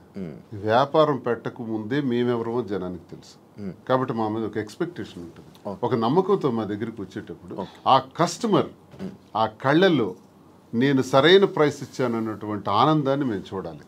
అరే నేను ఈ స్టోర్కి వచ్చి చాలా ఎక్కువ డబ్బులు ఇచ్చేసాననే బాధని ఎక్కడ ఏ కళ్ళల్లో కూడా మనం చూడకూడదు అన్నది మా ప్రధానమైనటువంటి ఉద్దేశం. నేతన్న దగ్గర నుంచి కస్టమర్కి మధ్యలో బాధ్యత వహిస్తూ రీజనబుల్ ప్రైస్, సరసమైన ధర ఇవ్వాలన్న దానితో ఇది ప్రారంభించి ఒక 6 బ్రాంచెస్, తర్వాత విజయవాడ, విశాఖపట్నం, రాజమండ్రి, కాకినాడ, బెంగళూరు కూడా అనుకుంటున్నాం. ఇంకా జ్యువెలరీ కూడా స్టార్ట్ చేద్దామని ప్లాన్ చేస్తున్నాం. ఒక మంచి ఆలోచనతో దువ్వాడ శ్రీనివాస్ చీరలు అమ్ముతున్నాడా, దువ్వాడ శ్రీనివాస్ ఇలా అయిపోయాడా, అలాగే ఎవరైనా ప్రచారాలు చేసుకుంటే దువ్వాడ శ్రీనివాస్ రాజకీయం వదిలేడు, పదునైనటువంటి భాష వదలడు, తూర్పార పడ్డానికి ఎంత తోడైనా సరే ఆగే ప్రసక్తే లేదు, ప్రశ్నిస్తాడు. దువ్వాడ శ్రీనివాస్ రాజకీయం అనే గ్రౌండ్ ఫీల్డ్ వదిలేడు. దయచేసి ఆ భ్రమల నుంచి బయటపడమని వాళ్ళకి నేను సవాల్ చేస్తున్నాను. వ్యాపారం చేయాలని మాధురికి సహకారంగా పూర్తిగా ఉంటాను. తాను చేసే ఈ పట్టు సిల్క్స్లో ఈ స్టోర్స్ని బాగా డెవలప్ చేసే విధంగా, దాంతోపాటు యాడింగ్ జ్యువెలరీ కూడా విమెన్కి కావాల్సిన వాటి పైన ఆమెకి జ్యువెలరీలో కూడా బాగా నాలెడ్జ్ ఉంది కాబట్టి అవి కూడా పెట్టి అవి కూడా సరసమైన ధరలకి ఇచ్చే విధంగా మేము చేస్తామే తప్ప లాభాపేక్ష కోసం ఏదో అలా తప్పుడు పద్ధతుల్లో లాభం సంపాదించాలనో ఉద్దేశం కదా. అలా అనుకుంటే చాలా వ్యాపారాలు ఉన్నాయి. మా ఉద్దేశం అందుకే కాంచీపురం ఒకళా సిల్క్స్ అని కూడా పేరు పెట్టాం. ఒకళా మాత, ఒకళా మాత అంటే వెంకటేశ్వర స్వామి తల్లి. దీనికి హిస్టరీ కూడా మేము దానికి కనెక్ట్ అయినాం. ఎందుకు కనెక్ట్ అయ్యంటే వెంకటేశ్వర స్వామి పేరు పెట్టచ్చు. నేను వెంకటేశ్వర స్వామి భక్తులు మేము. స్వామి భక్తులుగా స్వామివారి తల్లి పేరు ఒకళామాత పెడదామని. ఎందుకంటే ఒక చిన్న స్టోరీ ఉంది. ఒకళామాత ద్వాపర యుగం ముందు యశోదాదేవి, యశోదాదేవిగా కృష్ణుడికి తల్లిగా పుట్టారు. మరి కృష్ణుడికి ఆ యుగధర్మం ప్రకారం, ఆ అవతారం తాలూకా పద్ధతి ప్రకారం ఆయనకి చాలా వివాహాలు జరిగాయి. ఆ వివాహాల్లో ఎక్కడా కూడా యశోదాదేవి పాత్ర లేదు. అప్పుడు ఆమెకు కోరుకుంటుంది, నా కొడుక్కి నేను పెళ్లి చేయలేకపోయానని. అది విష్ణువుకి తెలియజేస్తే విష్ణువు చెప్తారు, అమ్మా ఈ జన్మలో నీకు అది సాధ్యపడలేదు, కలియుగాంతంలో నువ్వు నాకు వివాహం చేస్తావు దగ్గరుండి అని మాటిస్తారు. ఆ మాట ప్రకారమే కలియుగాంతంలో ఆమె ఈ 7 కొండల్లోనే పుట్టి అక్కడే నివసిస్తూ ఓ కుటీరంలో ఉండగా కొన్ని కారణాల వల్ల వైకుంఠం నుంచి ఆ కొండపైనకి రావటం జరుగుతుంది వెంకటేశ్వర స్వామి. అప్పుడు నిరాడంబరుడుగా వచ్చి ఆ కుటీరానికి చేరినప్పుడు ఆమె చూస్తారు. నువ్వెవరు బాబు అని అడిగితే ఆయన సమాధానం చెప్పారు, నీ ఊరు అంటే అన్ని ఊళ్ళు నావే, నీ పేరు అంటే అన్ని పేర్లు నావే అని చెప్తారు. అప్పుడు ఒకళాదేవి ఒకళామాతగా కదా జన్మించారు. నీ పేరు శ్రీనివాసుడు అని పేరు పెడతాను, ఇక నుంచి నేను శ్రీనివాసుడు అని పిలుస్తాను అంటే వెంకటేశ్వర స్వామికి శ్రీనివాసుడు అని పేరు పెట్టింది ఒకళామాత.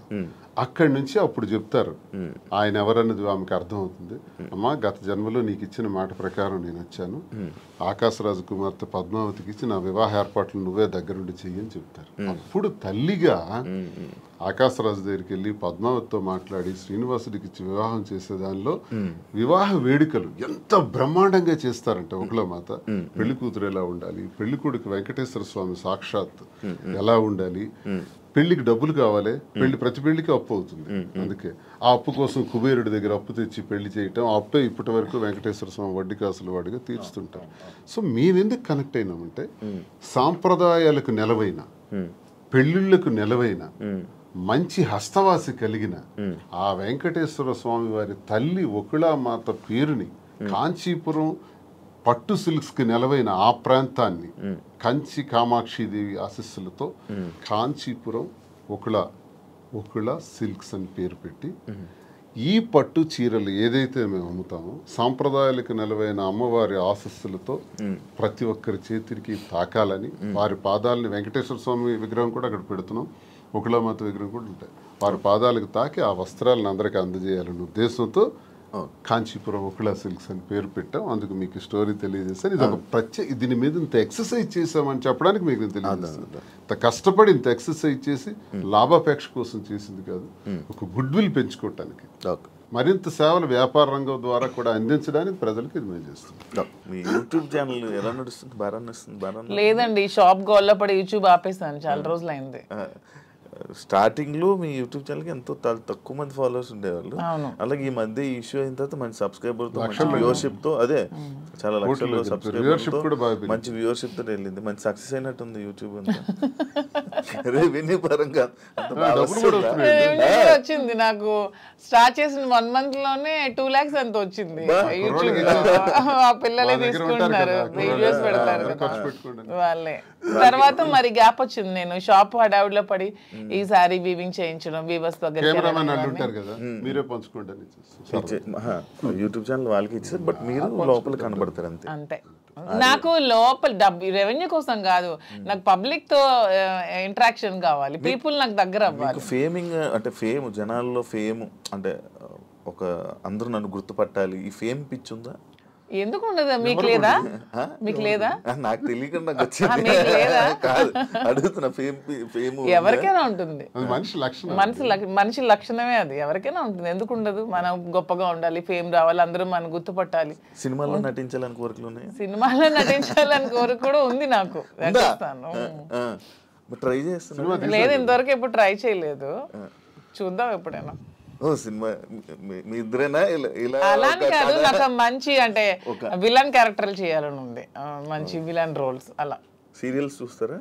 లేదు, సీరియల్స్ అలవాట్లేదు. ఎంతవరకు ఎప్పుడు ఒక సీరియల్ కూడా చూడలేదు.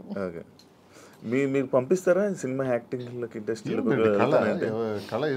నాకు ఇంట్రెస్ట్, సినిమా తీసాం కదా ఇద్దరు, వాలంటీర్ అని ఒక సినిమా తీసి రిలీజ్ చేసాం. Okay okay. నాకు ఇంట్రెస్ట్ ఫీల్డ్, ఎందుకంటే చేయడానికి తప్పే ఉంది. అవన్నీ హాబీస్, అవి ఇంట్రెస్ట్, తప్పేం లేదు. సార్ ఇది ఈ బొట్టు ఎందుకు సార్ ఇలా పెడతారు? ఇంత ఇది అమ్మవారి బొట్టు. ఓకే, అంటే మిమ్మల్ని ఎప్పుడు ఫ్రేమ్లో చూసినా బొట్టు అలా ఉంటూనే ఉంటుంది. అసలు నాకు తెలిసి హిందూ సాంప్రదాయ ప్రకారం ప్రతి ఒక్కరు కూడా బొట్టు పెట్టుకోవాలి. అది అబ్బాయిలైనా అమ్మాయిలు కానీ. మీ మధ్యన ట్రెండ్ ఫాలో అవుతూ మీరు పెట్టుకోరు. శ్రీనివాస్ గారు సాంప్రదాయం పాటిస్తూ పెట్టుకుంటారు. యాక్చువల్ గా మధుర మీనాక్షి అమ్మగారు బొట్టు ఎప్పుడు తెచ్చుకొని ఎప్పుడు నదిలు ఉంటాయి. సూట్ కేసులో కానీ కారులో కానీ ఎక్కడైనా బాక్సులు ఉంటాయి. ఎక్కడైనా సరే అది పెట్టే బయటకు వస్తాయి. ఇంక ఇంట్లో ఉన్నామన్నా జస్ట్ ఉంటుంది లైట్గా.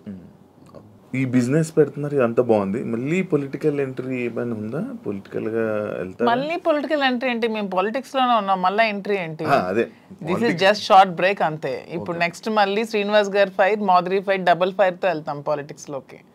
జస్ట్ చిన్న బ్రేక్ తీసుకున్నాం అంతే. ఈ బ్రేక్ లో ఏమైనా దూరం అయిపోతారేమో? దేనికి దూరం అయిపోతాం? ఎవరికైనా మేము ప్రజలకు దగ్గరగా ఉన్నాం. ఎవరు మమ్మల్ని ప్రజల నుంచి దూరం చేయలేరు కదా. శ్రీనివాస్ గారు మాస్ బేస్డ్ లీడర్, తను మ్యాన్ ఆఫ్ మాసెస్ అన్నట్టు. తన క్యాడర్ తో గానీ ఎవరితో గానీ సంబంధాలు ఉండవు. తనకి డైరెక్ట్ పీపుల్ తో సంబంధం. ఎప్పుడైనా డైలాగులు చెప్పారా? మాస్ డైలాగులు మీకు ఎప్పుడైనా? గోల్డ్ అని ఒకసారి ఒక డైలాగ్ చెప్పండి. బాలయ్య బోల్డ్ అని డైలాగులు, బోల్డ్ అని స్పీచ్లు, బోల్డ్ అని క్లాసెస్ అవన్నీ ఎప్పుడు అవుతూనే ఉంటాయి శ్రీనివాస్ గారి నుంచి.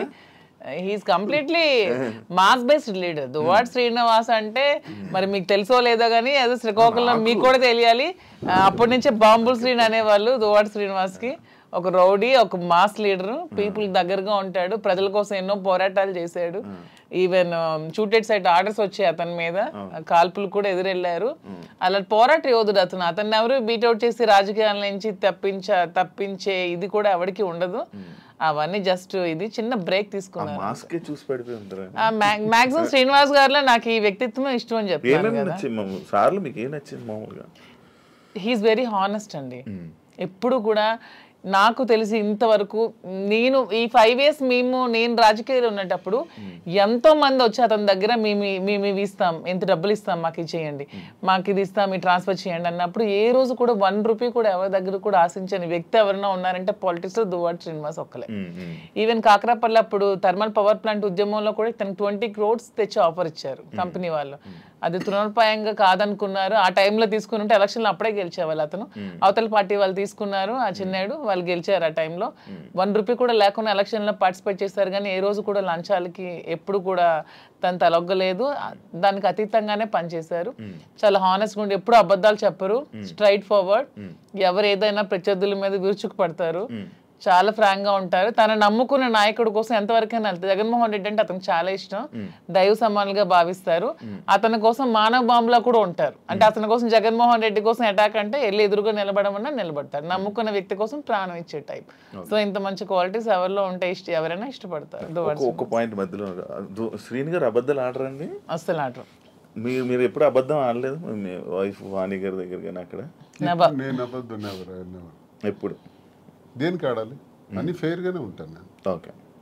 ఇప్పుడు ఈ విషయాన్ని ఫెయిర్ గా ఉండడం వల్లే ఎక్కువ గొడవలు అయ్యి అర్థం చేసుకోవాలి అతన్ని. ఓకే.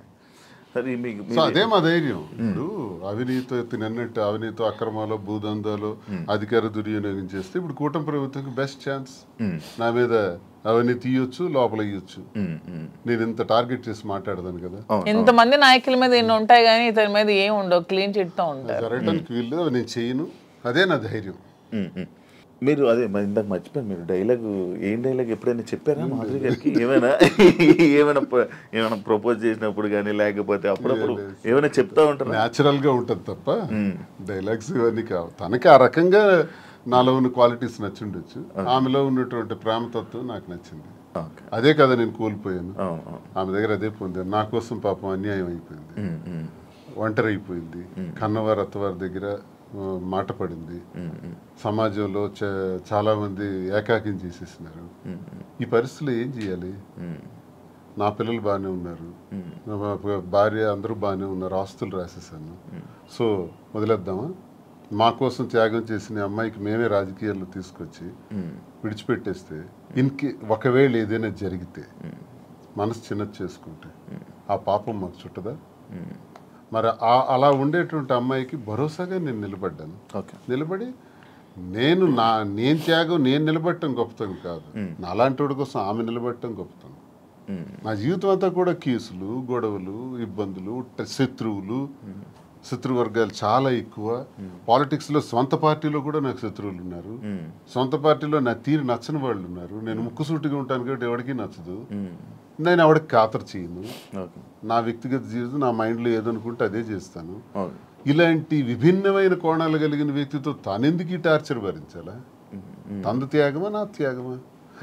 ఇన్ని బాధల మధ్య నేను భరోసాగా ఉండి మేము కలవాల్సిన పరిస్థితి వచ్చిందే తప్ప మేమేదో సమాజానికి చేసింది ఏదో ఇలా ఉండొచ్చా, ఇలా చెయ్యొచ్చా, ఇలా మీకే ప్రశ్నించబడిన వాళ్ళు చాలామంది అనొచ్చు, ఏం సందేశం ఇస్తాడు ఇవన్నీ అంటే ఇది మా పరిస్థితి. అన్నీ ఎక్స్ప్లెయిన్ చేసాం. బాగుంది, దయచేసి విమర్శించేవాడు కూడా మీరు చాలా సందేశాలు మీవి తీస్తే బోల్డ్ ఉంటాయి. ఓకే, ఇప్పుడు మీ ఇద్దరు పిల్లల్ని మీ ముగ్గురు పిల్లల్ని మేమే చూసుకుంటాం అది అన్నారు, కానీ వాళ్ళు యాక్సెప్ట్ చేస్తారా? మీ దగ్గర మా ధర్మం చేస్తున్నారా? మా ధర్మం మాది.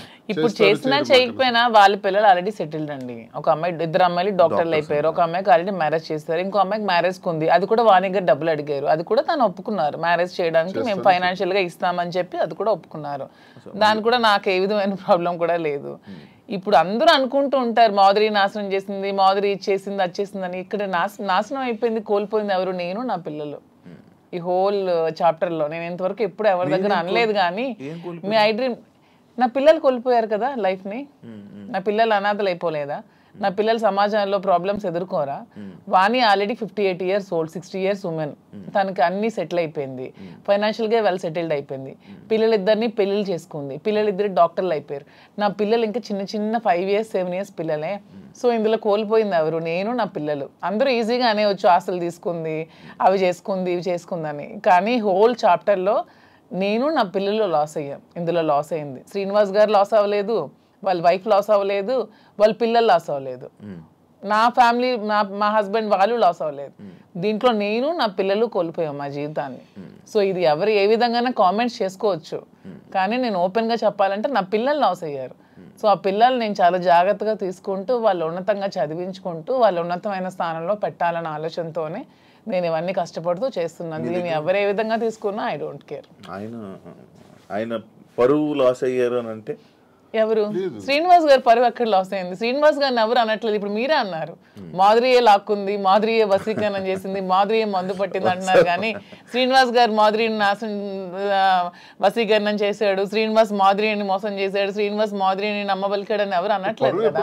అంటే దేశద్రోహం చేసిన, అవినీతి చేసిన, ఇంకోటికి తాలూకు ఆస్తులు దోచేసిన ఇలాంటివి పరుగుపోయాం. అసలు ఇది మా పర్సనల్ ఇష్యూ అండి. పర్సనల్ ఇష్యూకి దీనికి సంబంధం ఏంటి? పర్సనల్ ఇష్యూ మా మానసిక సంఘర్షణ వల్ల మేము తీసుకున్న నిర్ణయాలు. నన్ను క్యారెక్టర్ అసాసినేషన్ చేశారు, నన్ను పొలిటికల్ గా నన్ను ట్రోల్స్ చేస్తున్నారు, నన్ను కామెంట్స్ చేస్తున్నారు, నన్ను కాంట్రవర్సీలో పెడుతున్నారు, ఎన్ని నెగిటివ్ కామెంట్స్ చేస్తున్నారు, నాది కాని వీడియోస్ నేనని పెడుతున్నారు, నాది కాని వాయిస్లు నావని పెడుతున్నారు. ఏ యాక్సిడెంట్ లో ఎన్ని ఎన్ని ఒకటా రెండా ఈ 6-7 నెలలుగా నా మీద ఎన్ని చేయాలన్నది ఎవ్వరికి ప్రపంచంలో ఏ పని లేదన్నట్టు ఒక్క మాధురియే ఉందన్నట్టు నన్నే అటాక్ చేస్తూ, నన్నే ట్రోల్ చేస్తూ, నన్నే సెంటర్ చేస్తూ, నన్నే టార్గెట్ చేస్తూ ఎంత చేయాలో అంత చేస్తున్నారు.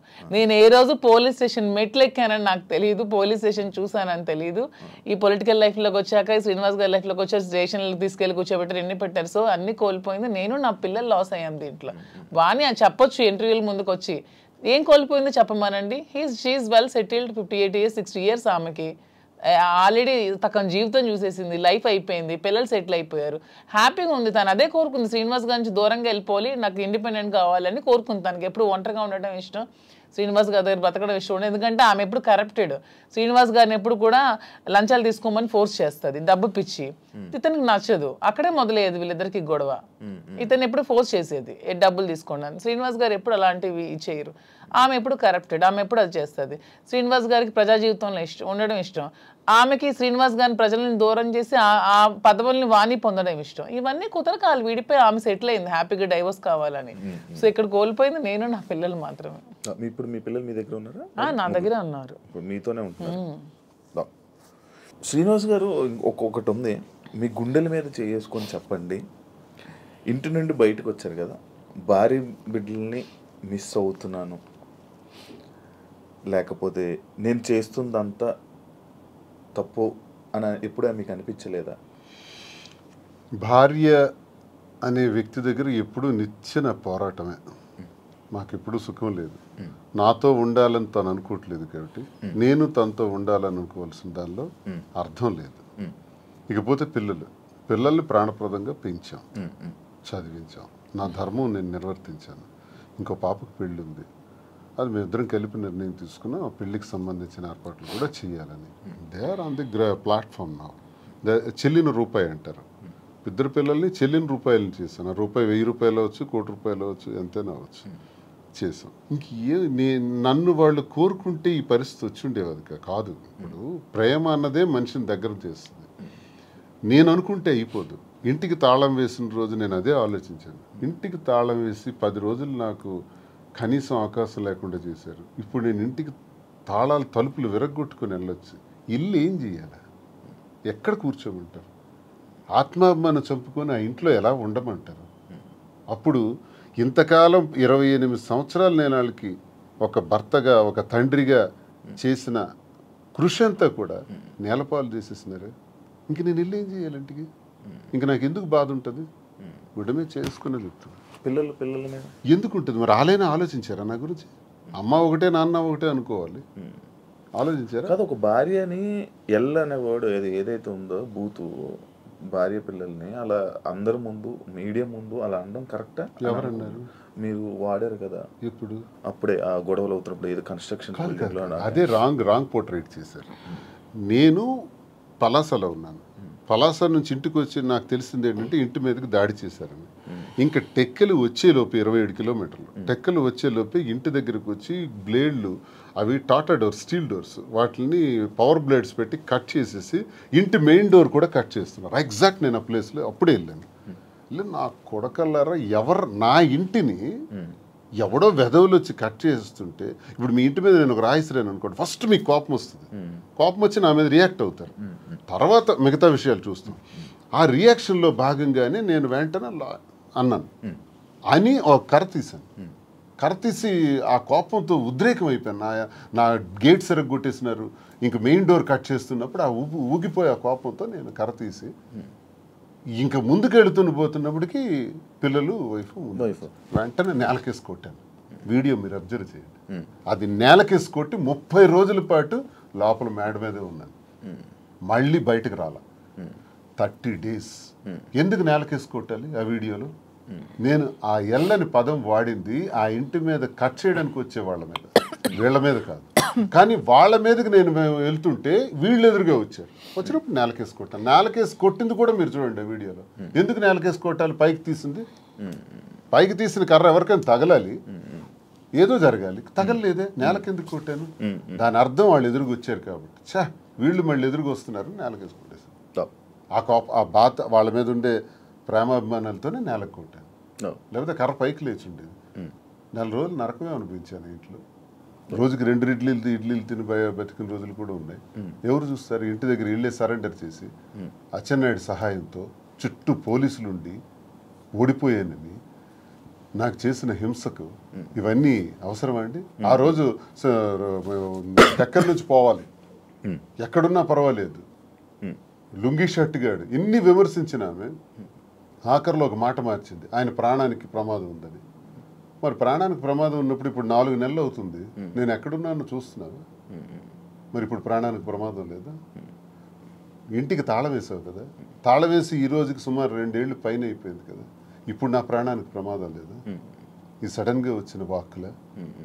మరి అంతకుముందు టెక్కల నుంచే పోవాలన్నావు, ఉండకూడదన్నావు. అసలు పరిష్కార మార్గం ఇదా? భార్యాభర్తల మధ్య జరిగే గొడవకి పరిష్కార మార్గం ఇదా? 4 గోళ్ల మధ్య చర్చించుకోవాలి, లేదా పెద్ద మనుషులకు చెప్పాలి, పరిష్కరించుకోవాలి, లేదా కోర్టుకు పోవాలి. మీడియా ఏంటి? ఇంటికి రావడానికి మీడియా ఎందుకు? కార్యకర్తలు ఎందుకు? ప్రజలు ఎందుకు? అంటే రచ్చ చేయడానికి కదా, నన్ను అబాస్పాలు చేయడానికి కదా, నన్ను క్యారెక్టర్ అసాసినేట్ చేయడానికి కదా. అప్పుడు ఎలా కలుస్తారో చెప్పండి. కానీ ఈ ఇష్యూ అప్పుడు ప్రేమాభిమానాలు ఎందుకు ఉంటాయో నాకు చెప్పండి ఒకసారి. ఈ మ్యాటర్ని మీరు ఏదో రాజకీయం చేసినట్టు ఇప్పుడు మాటల్లో అర్థమవుతుంది. అంటే అచ్చెన్నాయుడు గారు ఎందుకు వచ్చారు ఈ ఇష్యూ? మరి అచ్చెన్నాయుడు సహాయం లేకపోతే పోలీసులు వచ్చి అక్కడ ఆవిడకి ఎందుకంటే సపోర్ట్ ఒక లేడీ అలా కాదు శివ గారు, ఒక్క నిమిషం అండి. ఈ ఇంటికి రాకముందే మేము ఏ ఇల్లు అయితే కట్టుకొని మా ఇద్దరం ఇంట్లో ఉంటున్నామో, ఈ ఇంటికి ముందు 1 year ముందే ఆవిడ డైవర్స్ కావాలని ఎదురు సెటిల్మెంట్ కోరుకుని ఎదురు సెటిల్మెంట్ అయిపోయింది. ఆమె డైవర్స్ కావాలని అడిగింది. శ్రీనివాస్ గారు పాపం పిల్లల కోసం ఆలోచించి డైవర్స్ వద్దు అది ఇది అని చెప్పినా సరే ఆమె ఏమీ వెనుకునే డైవర్స్ కావాలని 2023లో అడిగింది ఆమె. మేము 2024లో ఈ హౌస్ కన్స్ట్రక్షన్ చేసుకుని మా ఇద్దరం కలిసి ఇంట్లో ఉంటున్నాం. అది ఆమెకు కూడా తెలుసు. ఆమెకు తెలిసే ఫైనాన్షియల్ సెటిల్మెంట్ కోరింది. ఫైనాన్షియల్ సెటిల్మెంట్ కూడా చేసాం. ఎవ్రీ మంత్ డబ్బులు అడిగింది, అవి కూడా ఇచ్చాం. మొత్తం అన్ని చేసింది. సో ఎప్పుడు జరిగింది ఇది? 1 year ముందు జరిగితే 2024లో వచ్చి ఆమె ఇల్లు దగ్గరికి వచ్చి గొడవ చేయడం ఏంటి? సో ఇది కూటమి ప్రభుత్వం ఈ అచ్చెన్నాయుడు సపోర్ట్ కాదంటారా? మరి ముందు ఆమె డైవర్స్ కావాలని అడిగిన ఆమె ఇప్పుడు ఎందుకు వచ్చి ఇల్లు బ్రేక్ చేస్తుంది? మేము కట్టుకుని ఇల్లు ఆమెకి ఎందుకు కావాలి ఇప్పుడు? ఆ రాత్రి పోలీసులతో పాటు తెలుగుదేశం కార్యకర్తలు ఇంటి దగ్గరికి వచ్చారు. నేను ఒక ఎమ్మెల్సీగా ఉన్నాను కదా, దేనికి వచ్చారు అసలు? ఇంకో విషయం నాకు హయ్యర్ అఫీషియల్ నాకు చెప్పాడు పోలీసులు, సార్ మీరు మొన్న కర్ర తీశారు, మీకు ఆ కర్ర తీసినందుకు 307 పెట్టమన్నారు సార్. 307 పెట్టి చేయమన్నారు. మేము ఎలా చేస్తాం, 307 పెట్టలేము. 307 పెట్టాలంటే ఊండు ఉండాలి, గాయం లేదు. గాయం లేకుండా మేము 307 పెట్టలేమని చెప్పేసినాం. కానీ మీ మీద మళ్ళీ 307 పెట్టమని ప్రెజర్ ఇచ్చారు. మళ్ళీ same situation second time repeat అయితే 307 మీ మీద పెట్టక తప్పదు, మీరు జైలుకి వెళ్ళక తప్పదు. ఎందుకు ఈ మాట అన్నారో తెలుసా? నాకు 307 పెట్టి లోపలికి పంపిస్తే ఎంటర్ అయిపోతారు ఇంట్లో. మరి ఆ పెద్ద అఫీషియల్ నాకు చెప్పాడు, నేను ఒక ఎమ్మెల్సీగా ఉన్నందుకు పేరు చెప్పకూడదు, గవర్నమెంట్ అఫీషియల్ అంటే ఏ ధైర్యంతో చెప్పాడు? 307 పెట్టే ధైర్యం చెప్పమంది ఎవరు? ఆ పేరు కూడా చెప్పాడు, అచ్చెన్నాయుడు పెట్టమన్నాడు అని, చెప్పమన్నాడు అని. మరి అచ్చెన్నాయుడు ఇన్వాల్వ్మెంట్ నా మీద భార్య టెక్కల నుంచి పంపిస్తుంది కాబట్టి సపోర్ట్ చేశాడు అచ్చెన్నాయుడు. 2023లో ఆమె డైవర్స్ అడిగింది, 24లో ఇంటికి వచ్చి గొడవ చేసింది. ఓకే, ప్లాన్డ్ గా చేసిన డ్రామా. 29th August 23 29th. మీరు ఇప్పుడు 24th గురించి మాట్లాడుతున్నారు. 24 ఆగస్ట్ గురించి మీరు మాట్లాడుతున్నారు. ఇదే ఆగస్ట్ 29th నాకు ఇంటి నుంచి వచ్చినటువంటి message, never and ever dare to speak with me, never and ever dare to mention me as your wife in any interview, because we both don't want to have relation anymore. You only mention my name and I am also not to mentioning you as my husband. I want divorce. And first tane అది 2023. ఈ గొడవ 2024. 2022లోనే గొడవలు జరిగాయి. 2022 నుంచి మా ఇద్దరం కలిసే ఉన్నాం. She know everything. తను మీరు ఇద్దరు కలిసి ఉండండి, నాకు అనవసరం, నాకు టికెటే కావాలని చెప్పి కోరుకుందామె. అలాగని టికెట్ కూడా ఇచ్చేసారు శ్రీనివాస్ గారు. అయినా సరే ఆమె నిలబెట్టుకోలేకపోతే పార్టీ మళ్ళీ శ్రీనివాస్ గారు టికెట్ ఇచ్చింది. సో మా రాష్ట్ర ప్రజల దౌర్భాగ్యం, వాళ్ళ కర్మ చేసుకొని జగన్ చెప్పండి అని అంటే అనుకుంది కాబట్టి ఇవన్నీ జరిగాయి అంటున్నాను. లేకపోతే మా మధ్య ఇవన్నీ ఉండేవి కావు. చెప్తున్నా, ఆమె చేసిన దానికి ఇవన్నీ జరిగాయి. కానీ ఆమె ఏదో ఏడుస్తూ ఉంటే నమ్మేస్తున్నారు జనాలు. వాణి ఏదో నష్టపోయింది అనుకుంటే వాణి షీఈస్ వెరీ వెరీ హ్యాపీ. నన్ను బయటకు పుష్ చేయడం వల్ల షీఈస్ ఫీలింగ్ వెరీ హ్యాపీ. అది చాలా మందికి తెలియదు. ఇప్పుడు వెళ్తారు కదా మీ ఊరు, మీ ఇల్లు కట్టుకున్న ఇంటిదే ఉంటాం. మేము కట్టుకున్న ఇంట్లో ఉంటాం. మీరు కట్టుకున్న ఇంట్లోనే ఉంటున్నాము. హ్యాపీగా ఉన్నారు. వాళ్ళకి నష్టం సార్? వాళ్ళకి ఏముంది? వాళ్ళకి నష్టమే ఉంది. దేనికి లోటు ఉంది? వాళ్ళకి నష్టం ఉంటుంది. అన్ని సెటిల్డ్ కదా. నాకు ప్రాబ్లం ఉంది. ఇప్పుడు నా బండి ఎలా నడపాలి, ఇప్పుడు ఆ పాపకని రెండో పాపకని పెళ్లికి సంబంధించి, ఇప్పుడు నా నష్టపోయిన ఈ 3 పిల్లలకు సంబంధించి ఈ వ్యాపారాలు, ఈ ఒత్తిళ్ళు ఇప్పుడు నాకున్నాయి తప్ప వాళ్ళకే ఉంది. తనకేముంది చెప్పండి? ఆ ముద్దనుకుంటున్నాను, ఫ్రీగా ఉంది. Done, thank you. నేను ఇప్పుడు మీ రాజకీయం మీరు వదిలేసేయండి, మీ బిజినెస్ మ్యాన్ అని కానీ మీరు కూడా రాజకీయం వదిలేసి ఇప్పుడు మీరు 2022లో మీరిద్దరు ప్రేమికులుగా ఎలాగ ఉన్నారు అలానే ఇప్పుడు నా ముందు ఉండండి కాసేపు. ఇప్పుడు ఈ దేని గురించి మనం మాట్లాడట్లేదు. Actually interview February 14th lovers day. మీరు ఇప్పుడు ప్రేమికులే కదా? February 14th ప్రేమికులం కాదు, మేము ప్రతిరోజు ప్రేమికులం. అందుకే ఇప్పుడు కూడా ఈ February 14th వస్తుంది కాబట్టి ఇది February 14th స్పెషల్ కాబట్టి మీకు కొన్ని ఉన్నాయి. అంటే మీకు rose day, teddy day, chocolate day ఇలాంటివి తెలుసా? ఐడియా ఉంది కదా? వ్యాలంటైన్స్ డే గురించి కూడా ఉంది కదా. ఏం సార్ అసలు చాలా మందికి దీని మీద అపోహలు కూడా ఉన్నాయి. 270 క్రీస్తుపూర్వం, బిఫోర్ క్రీస్తు అంటే ఇంచుమించు ఆల్మోస్ట్ 2600-2700 సంవత్సరాల క్రితం రోమ్లో ఒక వ్యాలంటైన్ అని ఒక ప్రవక్త ఉంటాడు. ఓకే. ఆయన ఏం చేశాడంటే కొత్తగా ప్రేమ పాఠాలు, ప్రేమ వివాహాల గురించి చెప్పడం ప్రారంభించాడు. ఆ రోమ్ నగరానికి దేశానికి రాజు అయినటువంటి క్లాడియస్ ఏంటంటే ఇలాంటి ప్రేమ పాఠాలు చెప్తున్నాడు, వీడికి చంపాలి అని కొంచెం కోపం పెంచుకుంటాడు. ఇదే టైంలో క్లాడియస్ కూతురు ఇతను లవ్ చేస్తుంది, ఆయన ప్రేమ పాఠాలు విని, ఎవరిని వ్యాలంటైన్స్. అప్పుడు రాజు ఏమిటంటే ఆయన్ని చంపేస్తాడు, అంటే హ్యాంగ్ చేస్తాడు. అదే February 14th. అక్కడికి 20 సంవత్సరాల తర్వాత గెలాషియస్ అనే మరో ప్రవక్త ఇది చాలా గొప్ప రోజు, ఇది మనకి ప్రేమతత్వాన్ని నేర్పించారు వ్యాలంటైన్. ప్రేమ అంటే తల్లి తండ్రులు పిల్లలకి మధ్యన ఉండేది, అక్క చెల్లెల మధ్యన ఉండేది, అన్నదమ్ముల మధ్యన ఉండేది ప్రేమ. ఆ ప్రేమకు అర్థం ఉంది, ఆ ప్రేమకి రిలేషన్ ఉంది. కానీ స్నేహితుల మధ్య ఉండే ప్రేమ, ఒక ఆడామగ మధ్య ఉండే ప్రేమ, దానికే రిలేషన్ ఉంది. ఆ తత్వం గురించి తెలియజేశాడు ఆ ప్రవక్త వ్యాలంటైన్. కానీ ఆయనకు గురేశారు. అలాంటి వ్యాలంటైన్కి ఉరేయటం వల్ల అతను గొప్పవాడు, గొప్ప ప్రవక్త, ప్రేమతత్వం నేర్పిన ప్రవక్త. కాబట్టి ఆయన రోజుని నేను ప్రేమికుల రోజుగా నిర్ణయిస్తానని గెలాషియస్ అనేటటువంటి మరో కింగ్ దాన్ని డిసైడ్ చేస్తాడు. సో ఇప్పుడు వరకు కొన్ని దేశాలు దీన్ని అంగీకరిస్తారు, కొన్ని ప్రాంతాలు వ్యతిరేకిస్తారు, అపోహలు పెట్టుకుంటారు. జరిగిన కథ ఇది. సో దీనివల్ల మనం నేర్చుకోవాల్సింది ఏంటంటే ఈ ప్రేమతత్వాన్ని ప్రతి వ్యక్తిలో కూడా ఉండాలి. స్నేహితుల మధ్య ఉండాలి, కుటుంబాల మధ్య ఉండాలి, భార్యాభర్తల మధ్య ఉండాలి. ఆ ప్రేమతత్వం ద్వారా మేము ఈరోజు ప్రేమతోనే ఇంతవరకు వచ్చాం కాబట్టి ప్రేమతోనే ఉంటున్నాం కాబట్టి వాస్తవమైన మాటలు నా మనసులో ఉన్నది నేను ఆమెకు చెప్పాలి, ఆమె నాకు చెప్పాలి, చెబుతూ అందరూ ఇలాగే ఉండాలి, ప్రేమతో ఉండాలి. ప్రేమతో ఉంటే దేశాలే గెలవచ్చు, ఏ జయాలను పొందొచ్చు. రాజ్యాలే ప్రేమ లేకపోతే రాజ్యాలు కోల్పోతాం, ప్రేమ ఉంటే రాజ్యాలే గెలవచ్చు. ఒక్క మాటతో, ప్రేమపూరితమైన మాటతో అన్నీ గెలవచ్చు. కాబట్టి ప్రేమతత్వాన్ని పెంచుకోవాలని వ్యాలంటైన్స్ డే చెప్పిన ఈ రోజుని ఒక 10 రోజుల పండగగా, 5 రోజుల పండగగా, 3 రోజుల పండగగా చేసుకుంటారు. అదే మీరు ఇప్పుడు చెప్పిన టెడ్డీ అని. ఈ ప్రేమ గురించి ఎప్పుడు తెలుసుకున్నారు? అంటే చదువుకున్నారా? లిటరేచర్ కదా బేసికల్ గా, నేను MA English literature and law student. ఇవన్నీ చదువుకోవాలి. మహాభారతం చదివాను, రామాయణం చదివాను, భాగవతం చదివాను. అవన్నీ నేను చదువుకున్నాను. అంటే అచ్చ తెలుగులో, నేనేం పండితులు కాదు, సాంస్క్రిట్ అవన్నీ నాకు రాగానే అచ్చ తెలుగులో నేర్చుకున్నాను, అర్థం తెలుసు. ఓకే. ఈ ప్రేమ గురించి కూడా అలాగే తెలిసింది. కానీ మాధురి గారి గురించి స్పెషల్ గా ఏంటి మా ప్రేమ అని చెప్పి ఏమైనా చదవడం? అంటే దీని గురించి నేను చెప్పేది వ్యాలంటైన్స్ డే సందర్భంగా ప్రేమతత్వం గురించి అర్థం ఏంటో నేను చదివింది, నేను అర్థం చేసుకుంది, నా చిన్న బ్రెయిన్ కి అర్థమయ్యేది మీకు తెలియజేశాను. మీరే మీ ప్రేమ గురించి మీరు ఎలా వర్ణించాలనుకుంటున్నారు? అంటే శ్రీనివాస్ గారి మీద నాకున్న ప్రేమ గురించి, మా ప్రేమ వర్ణించడానికి మాటలు సరే.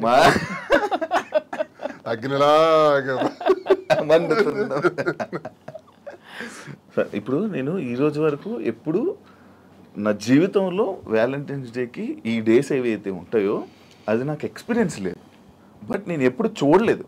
అంటే ఎలా ఇచ్చుకుంటారు, ఎలా మాట్లాడుకుంటారు, నేను ఉండేది అవన్నీ అయిపోయేసారు. కానీ ఇప్పుడైతే ఏం లేదు, ఖాళీ. ప్రేమ ఉండాలి జీవితంలో. దొరకట్లేదు సార్. నేను ప్రేమనిస్తున్నాను.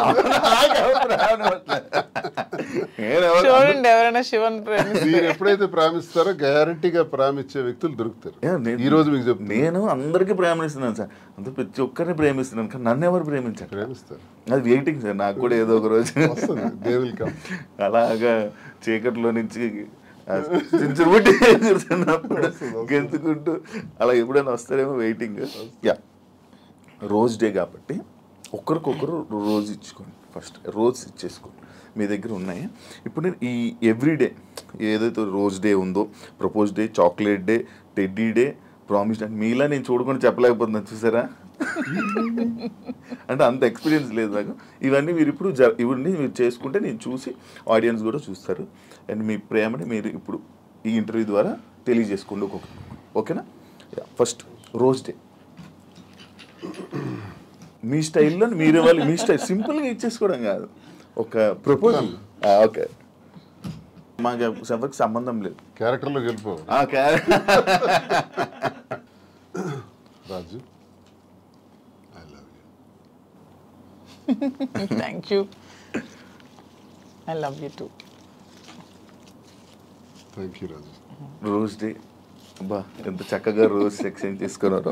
ప్రపోజ్ చేయండి మంచిగా. నాకు అది కాదు, ఐ లవ్ యూ కాకుండా ఏమైనా చెప్పాలనుకుంటున్నది ఏమైనా ఉందా? ప్రపోజ్ డే రాజా, ప్రేమ అంటే ఒకరికొకరు సుఖంలో సంతోషంలో ఉండడం కాదు, కష్టంలో ఉండడమే అసలైన ప్రేమ అని మా ఇద్దరం చాలామందికి నిరూపించుకున్నాం. సో ఈ ప్రేమ ఇలాగే లైఫ్ లాంగ్ కొనసాగాలని. కష్టాలు అనేవి టెంపరీ, లైఫ్లో అన్నీ వస్తూ ఉంటాయి. సో మన లైఫ్లో కూడా మంచి రోజులు వస్తాయని నమ్ముతున్నాను. సో ఇలాగే మన లైఫ్ లాంగ్ ఇద్దరు ప్రేమిస్తూ ఇలాగే హ్యాపీగా ఉండాలని కోరుకుంటూ ఈ ప్రపోజ్ డే రోజు నీకు ఐ లవ్ యూ చెప్తున్నాను. ఐ లవ్ యూ రాజా. చాలామంది జీవితంలో ఆశయాలు, కోరికలు ఉంటాయి. అవి సాధించాలనుకునేటప్పుడు వచ్చే అవాంతరాల వల్ల అరే నాకు ఇది కాలేదే, నేను అనుకున్నది జరగలేదని వెంటనే ఒక రకమైన డిప్రెషన్లోకి పోయి ఆత్మహత్యలకి, జీవితాలు త్యజించడానికి రెడీ అవుతున్న వాళ్ళ గురించి నేనేం చెప్తున్నానంటే ఈరోజు ప్రేమతో ఏదైనా సాధించవచ్చు, ఎటువంటి విజయాలైనా సాధించవచ్చు. మీరిద్దరం ఇన్ని కష్టాల మధ్య, మాది ఆత్మహత్య సదృశ్యమే, సామాన్యమైన విషయం కాదు. కానీ ఎన్ని కష్టాల మధ్య, ఎన్ని హడిల్స్ మధ్య, ఇన్ని ఇష్యూస్ మధ్య ఎదుర్కొంటూ సమాజంలో మళ్ళీ నిలబడగలుగుతున్నామంటే ప్రేమే కారణం. మన ఇద్దరి తాలూకా ఈ స్నేహం, ఈ ప్రేమ శాశ్వతం. సూపర్. చాక్లెట్ డే అన్ని డేస్ మీతో ఇప్పుడే ఇప్పుడు ఎక్స్పీరియన్స్ అవ్వలేదు కదా మీరు కూడా ఎప్పుడు? యా, చాక్లెట్ డే నాకు హార్ట్. ఇప్పుడు మీ ఇద్దరు ఆ చాక్లెట్ని ఓపెన్ చేసుకొని ఆ హార్ట్ అందులో ఒక చాక్లెట్ ఇద్దరు పంచుకొని షేర్ చేసుకోండి, ఒకరి నోరు ఒకరు తీప్ చేసుకోండి. వ్యాలంటైన్స్ డే సందర్భంగా ఈరోజు chocolate day. Very good. Hot.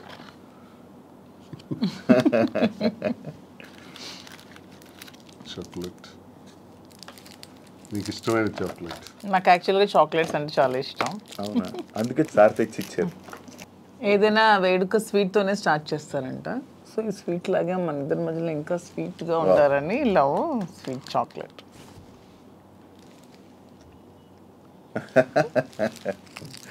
మన ఇంటర్వ్యూ ద్వారా మీకు అన్ని డేస్ అయిపోతున్నాయి. వ్యాలంటైన్ వీక్ అయిపోయింది. ఇప్పుడు టెడ్డీ డే. రాజు,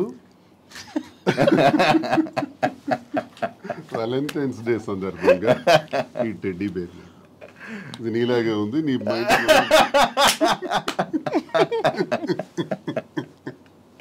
అంటే క్యూట్ ఉందనా? అంటే నేను టెడ్డీలో చబ్బీగా ఉన్నానని. అచ్చా, సూపర్. Thank you. ఇప్పుడు థ్యాంక్ యూ చెప్పారు. Promise day. ఒకరికొకరు ప్రామిస్ చేసుకోవాలనుకుంటే ఏం ప్రామిస్ చేసుకోవాలనుకుంటున్నారు? రాజు, నన్ను నమ్మి నా కోసం నిలబడినటువంటి నీకు నేను ఉన్నంత వరకు తోడుగా ఉంటాను, అండగా ఉంటాను. ఇది మాట. తప్పు. మీరు ఇది ఇప్పుడు చాలా మంది ప్రిడిక్షన్స్ అని ఎవరెవరో జ్యోతిష్య శాస్త్రాలు అంటే ఎవరెవరో చెప్తున్నారు మన ఇద్దరం ఏదో కష్టాలు వస్తున్నాయని, వీళ్ళు త్వరలో విడిపోతారని, ఏవో మన ఇద్దరి మధ్యన ఊహాగానాలు. వాటికి అతీతంగా ఒకటే సమాధానం చెప్తున్నాను, జీవితాంతం నా ప్రాణం పోయేంత వరకు ఈ చేయి విడవనని ప్రామిస్ చేస్తాను. సూపర్. ఇప్పుడు అసలేం టాస్క్. ఒకసారి నిల్చుంటారా? Hug day. హగ్ చేసుకుని ఏం చెప్పుకోవాలనుకుంటే హగ్ చేసుకోండి. నాకు ఎంత స్ట్రెస్ ఉన్నా సరే, ఎవరికైనా సరే ఎంత స్ట్రెస్ ఉన్నా, మన లైఫ్లో ఒక రైట్ పర్సన్ ఉన్నప్పుడు అతన్ని హక్ చేసుకుంటే ఆ స్ట్రెస్ అంతా పోతుందని నేను నమ్ముతున్నాను. రాజా హక్ చేసుకున్నప్పుడు నాకు కూడా అలాగే స్ట్రెస్ అంతా పోతుంది. సరే, ఇప్పుడు కిస్ డే. మీరు కిస్ చేస్తూ చెప్పండి మీ stress. Okay, super. Last but not least లాగా వ్యాలంటైన్స్ డే ఏం చేసుకోవాలనుకుంటున్నారు? వ్యాలంటైన్స్ డే రోజు ప్రేమని ఒక ఇద్దరి మధ్య ఉండే ప్రేమకే చిహ్నం వ్యాలంటైన్స్. ప్రతి ఒక్కళ్ళు కూడా ప్రేమతత్వంతో ఉండాలని, సంతోషంగా ఉండాలని ఈ వ్యాలంటైన్స్ డే రోజు అందరికీ కూడా నేను కోరుకుంటూ హ్యాపీ వ్యాలంటైన్స్ డే. సూపర్. ఫైనల్గా ఆడియన్స్కి, తెలుగు ప్రేక్షకులకి ఏం చెప్పాలనుకుంటున్నారు? మీ బిజినెసెస్ గురించి కానీ, మీ లైఫ్ గురించి కానీ, మీ జర్నీ గురించి కానీ. మా జర్నీ కోసం అందరికీ తెలుసు, చాలా మంది నా జర్నీ కోసం తెలుసుకున్నారు. నన్ను కూడా ట్రస్ట్ చేశారు కాబట్టి నన్ను కలవాలని చాలా మంది తహతహలాడుతున్నారు. చాలా మంది కూడా అక్క మీ ధైర్యం ఉండుంటే మీ లైఫ్లో చాలా బాగుండేవాళ్ళని, చాలా కోల్పోయామని నాకు చాలా మంది డైరెక్ట్ మెసేజెస్ కూడా పెడుతున్నారు. చాలా మంది నన్ను కలవాలని, వాళ్ళ ప్రాబ్లమ్ షేర్ చేసుకోవాలని చెప్తున్నారు. నేను ఒకటే చెప్దాం అనుకుంటున్నాను, నిజంగా మనకు నమ్మి వచ్చిన వాళ్ళకి, ఇప్పుడు శ్రీనివాస్ గారు నన్ను నమ్మారు, నేను శ్రీనివాస్ గారిని నమ్మాను. సో ఎటువంటి కష్టాలు వచ్చినా, ఎటువంటి హడ్డల్స్ వచ్చినా ఇవన్నీ ఫేస్ చేస్తూ లైఫ్ లాంగ్ అలాగే కలిసి ప్రేమతో ఉండాలని నేనైతే అనుకుంటున్నాను. సో అలాగే మేము కూడా అలాగే ఉన్నాం. వ్యాలంటైన్స్ డే సందర్భంగా మాధురి కోరిక మేరకు ఈ ఫ్యాషన్ ఫీల్డ్లోకి ఎంటర్ అవుతున్నటువంటి సందర్భంగా ఆమె ప్రారంభిస్తున్నటువంటి కాంచీపురం ఓకుళ సిల్క్స్ ఈ వ్యాపారంలో అందరూ ఆశీర్వదించాలని, ప్రేమతో ఆమెను కోరినటువంటి కోరికకు నేను కూడా ప్రేమతో పూర్తిగా ఆమెకు సహకరిస్తున్నటువంటి ఈ వ్యాపారం ఉంది. ప్రతి ఒక్కరి ఆశీస్సులు సహకారం ఉండాలని, అందరూ ఆమెకు ఆశీర్వదించాలని, ఈ వ్యాపారం అందరు మనసులకు నచ్చే విధంగా, అందరు మన్ననలు పొందే విధంగా, కస్టమర్ తాలూకా సంతోషం ఒక బాధ్యతగా తీసుకొని తను చేస్తున్నటువంటి వ్యాపారానికి సహకరించాలని ప్రతి ఒక్కరికి మీ ద్వారా. అండ్ మెయిన్లీ కాంచీపురం ఓకుళ సిల్క్స్ మా కోసమే కాదు, మీకోసం కూడా. మీరే మా బ్రాండ్ అంబాసిడర్స్. మీకోసమే నేను పెడుతున్నాను, మీకు దగ్గర అవ్వాలని. మీరందరూ నా షాప్ విజిట్ చేయండి, అప్పుడు మీరే అనుకుంటారు ఎస్ మాధురి మా కోసమే పెట్టిందని. ఆ నమ్మకంతోనే మీరు వెళ్తారని గ్యారంటీ అయితే నేను ఇస్తున్నాను. మార్చి 3వ తారీఖున ప్రారంభం అవుతున్నటువంటి శుభారంభానికి అందరూ రావాలని ప్రతి ఒక్కరిని పేరు పేరున మీ ఐ డ్రీమ్ ఛానల్ ద్వారా అందరికీ కోరుకుంటున్నాను. Thank you so much Srini గారు అండ్ మాధురి గారు ఇంటర్వ్యూ ఇచ్చినందుకు, మీ ప్రేమని మాతో షేర్ చేసుకున్నందుకు, అండ్ మీ విషయాల్ని, మీ పర్సనల్ విషయాలను కూడా మాతో షేర్ చేసుకున్నందుకు thank you so much. And మీరు ఇంకా ఇలానే హ్యాపీగా ఉండాలని, మీరు పెట్టబోతున్న ఈ ఏదైతే బిజినెస్ ఉందో అది కూడా మంచి సక్సెస్ అవ్వాలని మనస్ఫూర్తిగా కోరుకుంటూ, అందరూ ప్రేక్షకులు, అందరూ ఆడియన్స్ మొత్తం ఎవరైతే ఉన్నారో జనాలందరూ వెళ్ళి మీ శారీస్ ఒకసారి చూసి నచ్చితే తీసుకోవాలని మనస్ఫూర్తిగా కోరుకుంటూ thank you so much. Interview చూసారు కదా ఇంటర్వ్యూ. ఇంకొక గెస్ట్తో మళ్ళీ మేము ముందుకు వస్తా. అంతవరకు